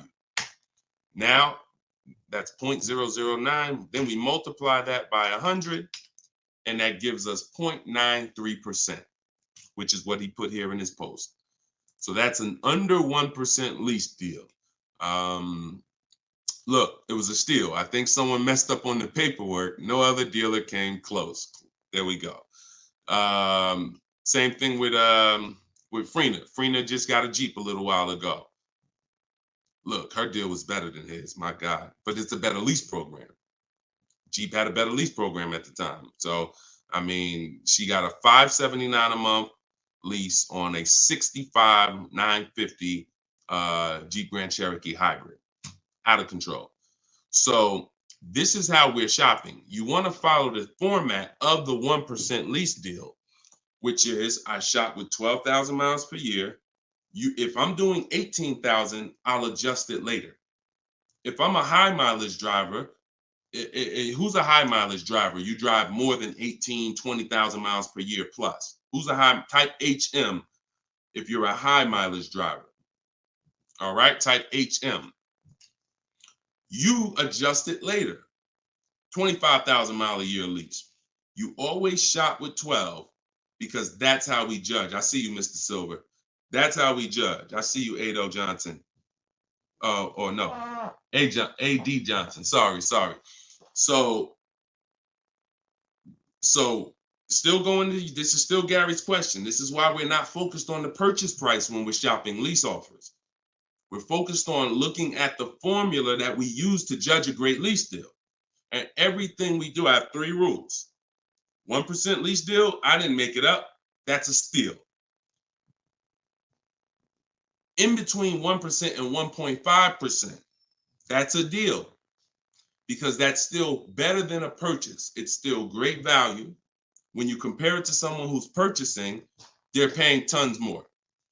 Even somebody who didn't get a steal, because the lease program has to be there to get a steal. They got to want to give away these cars. They got to have great incentive, great, everything has to line up, stars in the moon, and then we get the dealer that's going to give us the biggest discount. If it's under 1%, that means the lease program was incredible. But a good lease program, great lease program, will still get you, when you shop your offers, in between 1% and 1.5%.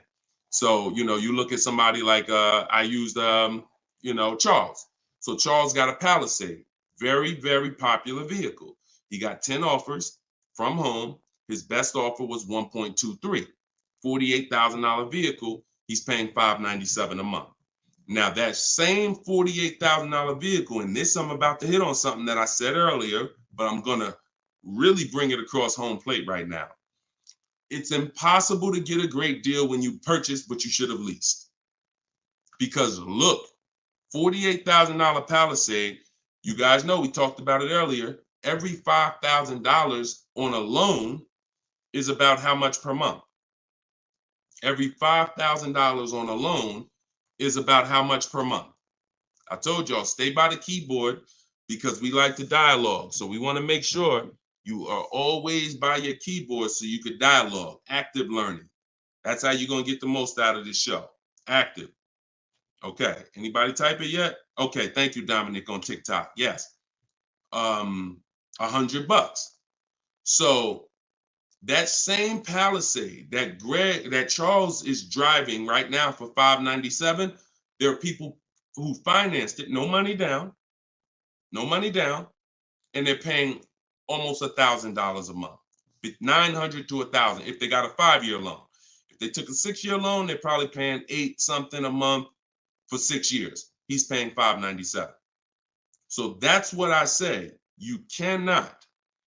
And even when you have a good lease program and you get your offers, 1.23, 1.25, 1.3, great value compared to purchasing that car. You're avoiding the depreciation that someone who's purchasing is going to take, and it's no comparison.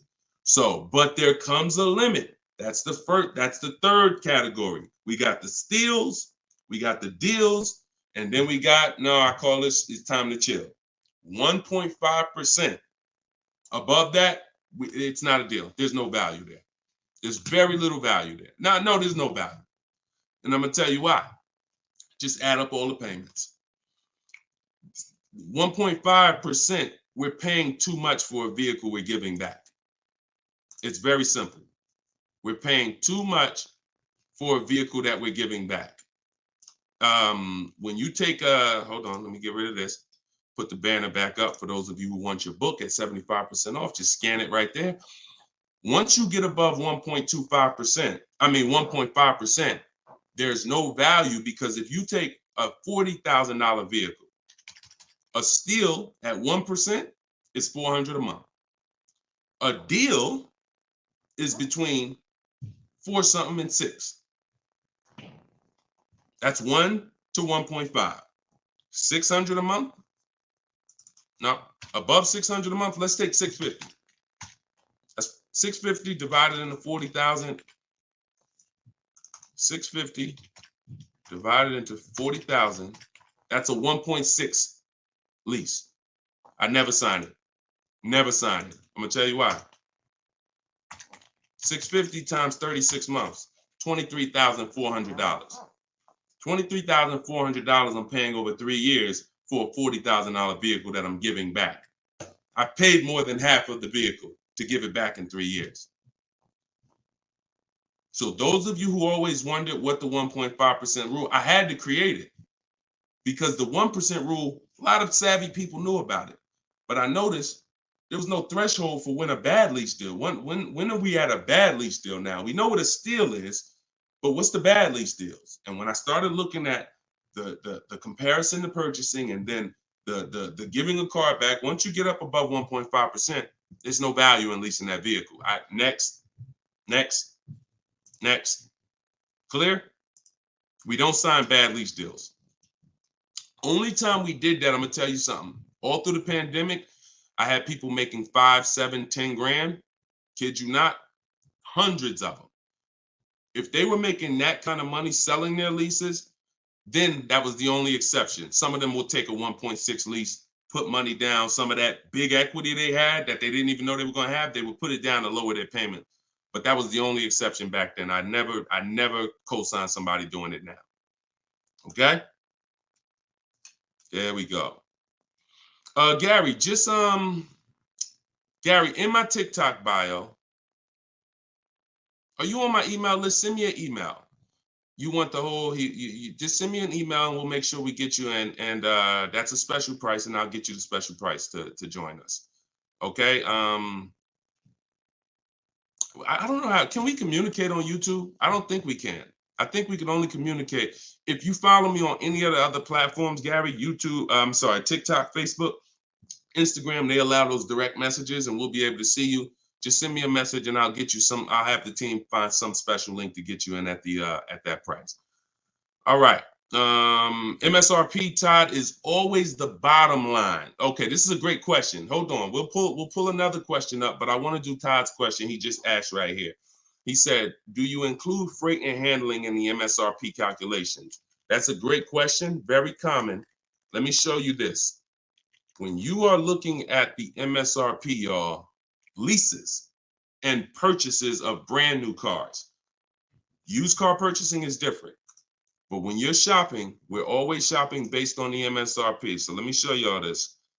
I'm actually going to save a window sticker right now, and I'm going to bring it onto the show. Hold on. All right, so let me go here. Boom. Check this out. All right, here we go. Hold on. It's loading. Boom. All right, so here's a window sticker.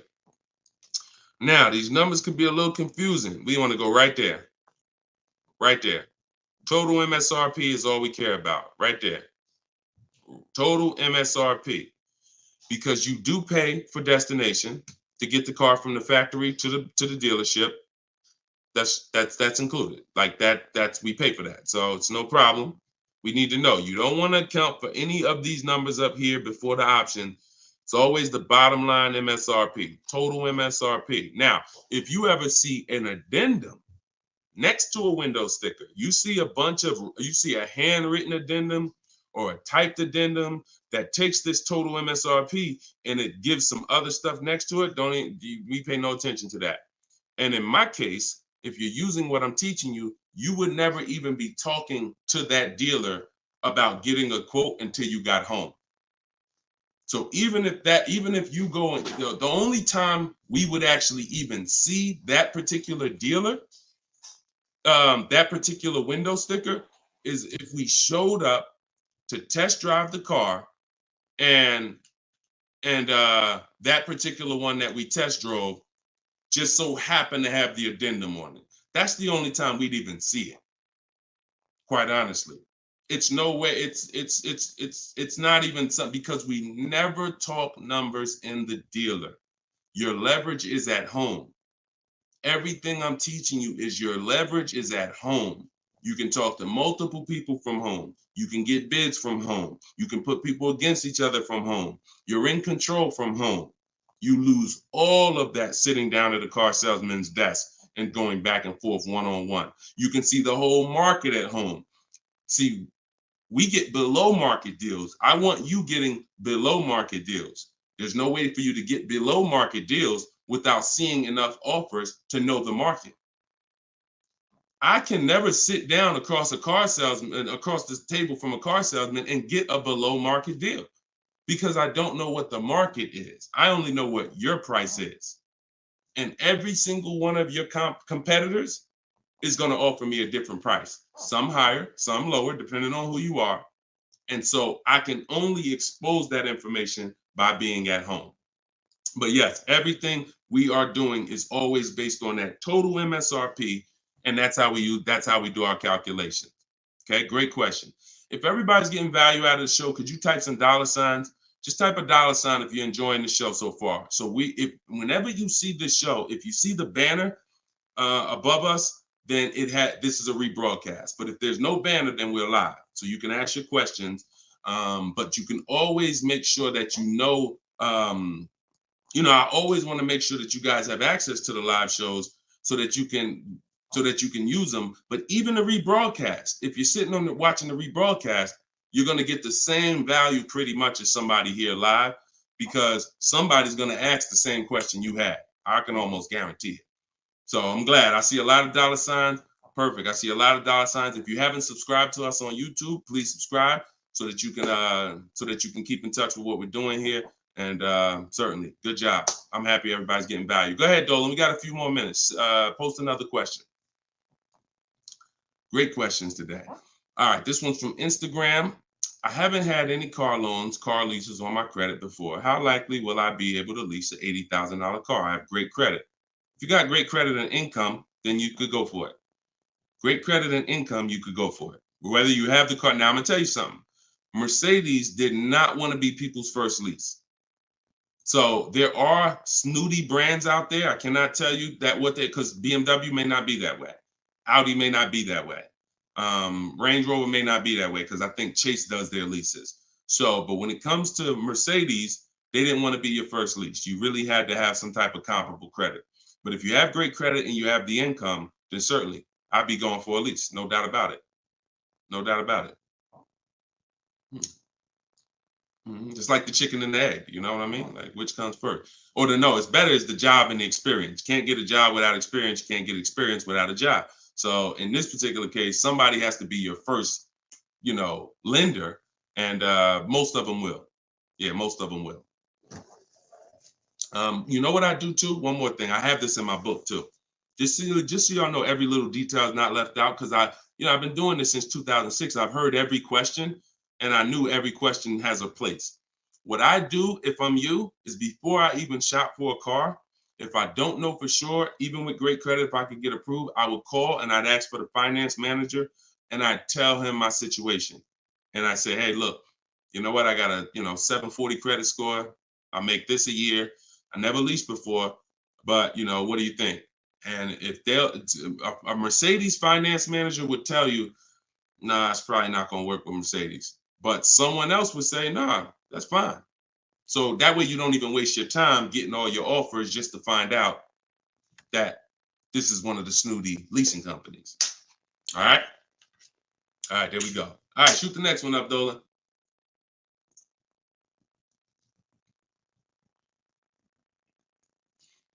Jason Hughes from IG. 12 to 15K in equity. Great job. Okay.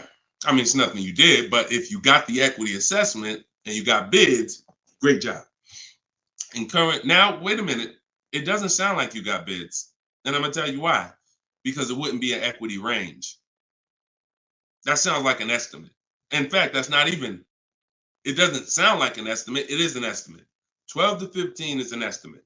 When we get bids, when we do our equity assessment, we're getting bids and we're like, hey, I have $13,580 equity based on my highest offer from Driveway.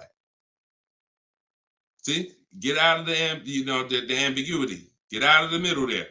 Let's get finite, definite numbers and stay out of these ranges and estimates, especially on things that take us 20 minutes to do. Call your bank, get your payoff, go online, CarMax, Driveway, Carvana, AutoNation, sell my car, Car Guru, sell my car, Kelly's Blue Book instant cash offer. 20 minutes. Get your equity. 8 payments left, not keeping 8 years, now a good time to lease. 100%. 100%. There's no benefit in waiting. Listen, that is the path for a lot of people, Jason. A lot of people are going to discover what we're doing here, teaching by the numbers, not by emotion. And they're going to realize that not leasing has cost me money. Should I wait or should I just transition now? There's no reason to wait. There's no reason to wait. The only thing that would make you wait when you do your equity assessment is you have too much negative equity, you can't get out. That's the only time. Or you have a credit situation where you need to actually get your smart car, get a car for 2 years, rebuild your credit, and then go lease. Anybody else, no benefit. I'd be leasing tomorrow because I had a friend of mine, he's a close friend of mine. He's actually in my program. You know, he uses our stuff. And he's like, he had a Kia Telluride. Well, he had an accident. Vehicle got totaled. Now, he said, now I know the 8-year rule, Deshone. I'm going to lease this next one. He gets his bids. Last week, he leased the Kia Telluride for under $500 a month. The same vehicle that he was paying hundreds of dollars every month for. More. Hundreds of dollars more per month. I don't know what his payment was, but I know what a Kia Telluride costs to purchase. A $45,000 Kia Telluride to purchase with no money down is $800-900 a month. So he's literally under $5, no money down, when he was just paying hundreds more than that. So you're in the same situation. No point in waiting. Transition to a great value lease. Get your offers. You wish you could. You wish you would have did it sooner. All right. Go ahead. Next question, Dolan. Car brands will no longer offer V6. Buy the lease. Let me talk about this question on TikTok. Not right now. Get the next one. Go ahead, Dolan. Put the one you're going to put out. But get that question that this person just posted about car brands no longer offering V6s. Should he buy the lease? If you have one ready, though, put that one up. Deshone, will your book work for both lease and buy? Well, you know what? Let this person answer that for you because we just got this review. This book is outstanding. This is Barrett. And you can see all our reviews on goodreads.com. Must read, must have for anyone seeking to buy, lease, or even sell a car. It is presented in very professional, easy to follow, step-by-step manner that covers every situation. Every situation. Does your situation, Keith, fall under every? If so, we got you. Every situation from buying, leasing, with cash or credit, good or bad. Only thing that Barrett didn't put in there is used cars or new cars. That's in there too. So absolutely. So yes, I'll put the banner back up for all of you who are watching us on TV. You can you can scan the QR code here with your phone, with your camera, and you can get your book for 75% off, or you can go to deshonesbook.com. We have the link in the comments on Facebook or YouTube for you. And if you're on Instagram or TikTok, you can go to my bio, click that link, and then click the button for the 75% off and get your book for 75% off. You won't pay the normal $97. Okay? But yes. All right. I have a 2020 Nissan Sentra. This is Key. I don't want to butcher your name, so I won't try. But from YouTube, I have a 2020 Nissan Sentra. Had it for 2 years. My miles are 64,000 highway miles. Okay. I know I don't have equity. I was told don't trade it in. Would be a bad decision. It's true. We don't trade cars in. We get bids. So you need to find out what your equity position. See, many of you are finding out right now how important the equity assessment is. Whenever you have a current car, equity assessment. So when you call your bank, get your payoff, then you go and you get the offers, you're either going to be in a positive equity position or a negative equity position. Now, if you're in a negative equity position, there's three solutions for negative equity. 2 of them lead to a car, 1 of them doesn't. First is you get all your offers and you can pay the difference because these are the highest offers. So whenever the highest offers are these online bidders. They pay more than car dealers. In fact, 3 of them are car dealers that are bidding. So Kelly's Blue Book, Car Gurus, and AutoNation are car dealers bidding. CarMax, Driveway, Carvana are online marketplaces, used car marketplaces bidding. So you're getting a wide range of diverse offers from people who compete every day to buy cars. and they cut you a check right then and there. They do an hour. Both times I went to CarMax, me and my mother separately, we were out in an hour. I've had people who sold to Carvana, Kelly Blue Instant Cash Offer. They do their inspection. And then they bring you a check. So if you can pay, let's say you said you don't have equity. So if that's the case, then you may have negative equity, which means you might owe 30 and your highest offer is 28. Then I would come up with the 2,000 and I would pay the difference all day long because I'm still winning through a bid. My car's value is maximized through a bid. And if I don't get bids, I'm not maximizing my car's value. So now, second, when we can't pay the difference, then that means we must trade. This is the only scenario where we trade because you need now one part of the bidding strategy you can't do. So you're going to do the other part of the bidding strategy, which is now think about what car you want. Okay, I want a Toyota Camry. Now I'm going to get my bids. I'm going to get the lowest bid, the dealer that's going to sell me the car for the lowest amount, and then I'm going to purchase from them. But before I can purchase, now I need to bring my old car into the scenario and ask them, how much is my old car worth to you? Now that's the winning dealer. You need them to bring that loan because you need them to carry that negative equity you have and put it on top of your existing deal. So you cannot depend on, don't even think that they're going to pay the amounts you had over here. Oh, Driveway was offering me 29. Yeah, you could tell them that, but again, they're not going to be able to pay that. They can't beat all their competition on the bid and then beat all the online buyers on the bid. So that's why I say your first option is always to pay the difference.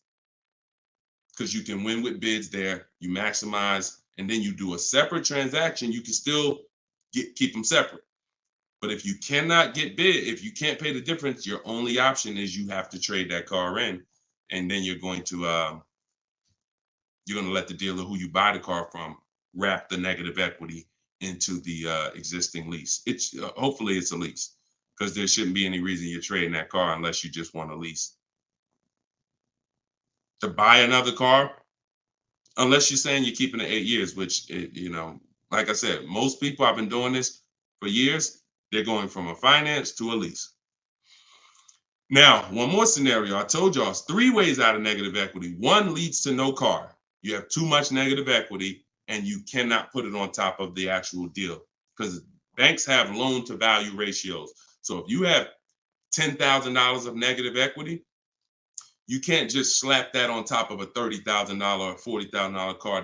It's going to be too much unless you put money down. So you can't if you got some cash, you can make the deal happen, but you're not going to be able to do a no money down deal because you're looking to have the bank approve the car, the tax, the fees, which probably another $1,500, and 10 grand of negative equity. And then you want to find that's too much because the dealer has to go to the bank and say, we know this car is priced at 40, but we'd like you to lend this person 54. They're not going to do it. They might lend max 50. So the more negative equity you have, if it's too much, you're either going to have to bring some cash to the table to get the deal done. And if you have no cash, you got to wait. You got to pay down the car. It's the only option. That's why I say, know the cause of negative equity. It's usually because you haven't leased. 99, I could tell you the way out. I just gave you the way out. That's in my book, 3 strategies for negative equity. But when if you don't know the cause and you just turn around and get another purchase and you're not keeping it 8 years, you're going to be in negative equity again and again. And there's plenty of people, and some of you, and maybe you, where you're like, dag, Deshone, that's me. Every time I go get a car, negative equity, negative equity, negative equity. It's like a vicious cycle. And the solution is you need to lease. What's causing that is you don't lease. So you're overpaying by thousands of dollars. All right. So Listen, y'all, we will be back. We like to do these shows twice a day. If you're on my email list, you'll get the notification. We like to get through as many questions as possible, keep this around an hour, 15 minutes. And so all of you, appreciate you coming. If you want every single thing I teach in one spot in a step-by-step format, that's my new digital book. It's called Cars from Home, 7 Steps to Saving Time, Money, and Avoiding Dealerships. And you can get yours for 75% off in the comment section on YouTube. We got a comment section that's pinned, deshonsbook.com. Same thing on TikTok. I'm the same thing on Facebook. But if you're on Instagram or TikTok, it's in my bio. There's a website right in my bio. Click it and grab your 75% off. You'll get it for $24 instead of the normal $97. Now, if you went there and that timer started, then certainly get there before it hits zero, because once it hits zero, you have to pay the 97, which is still a great price. So my goal for this book is to be the most valuable book financially that you've ever gotten. That is my goal. So use it. Write me with your success stories. Show me your deals when you pick up your cars. Write me, email me, Deshone, just like Tiffany did. I want all of you emailing me your deals so that I can share them on the show. All right. So we'll be back. We'll be back with the next show. This was episode 9. Thank you for coming, and I will see y'all on the next show. God bless you.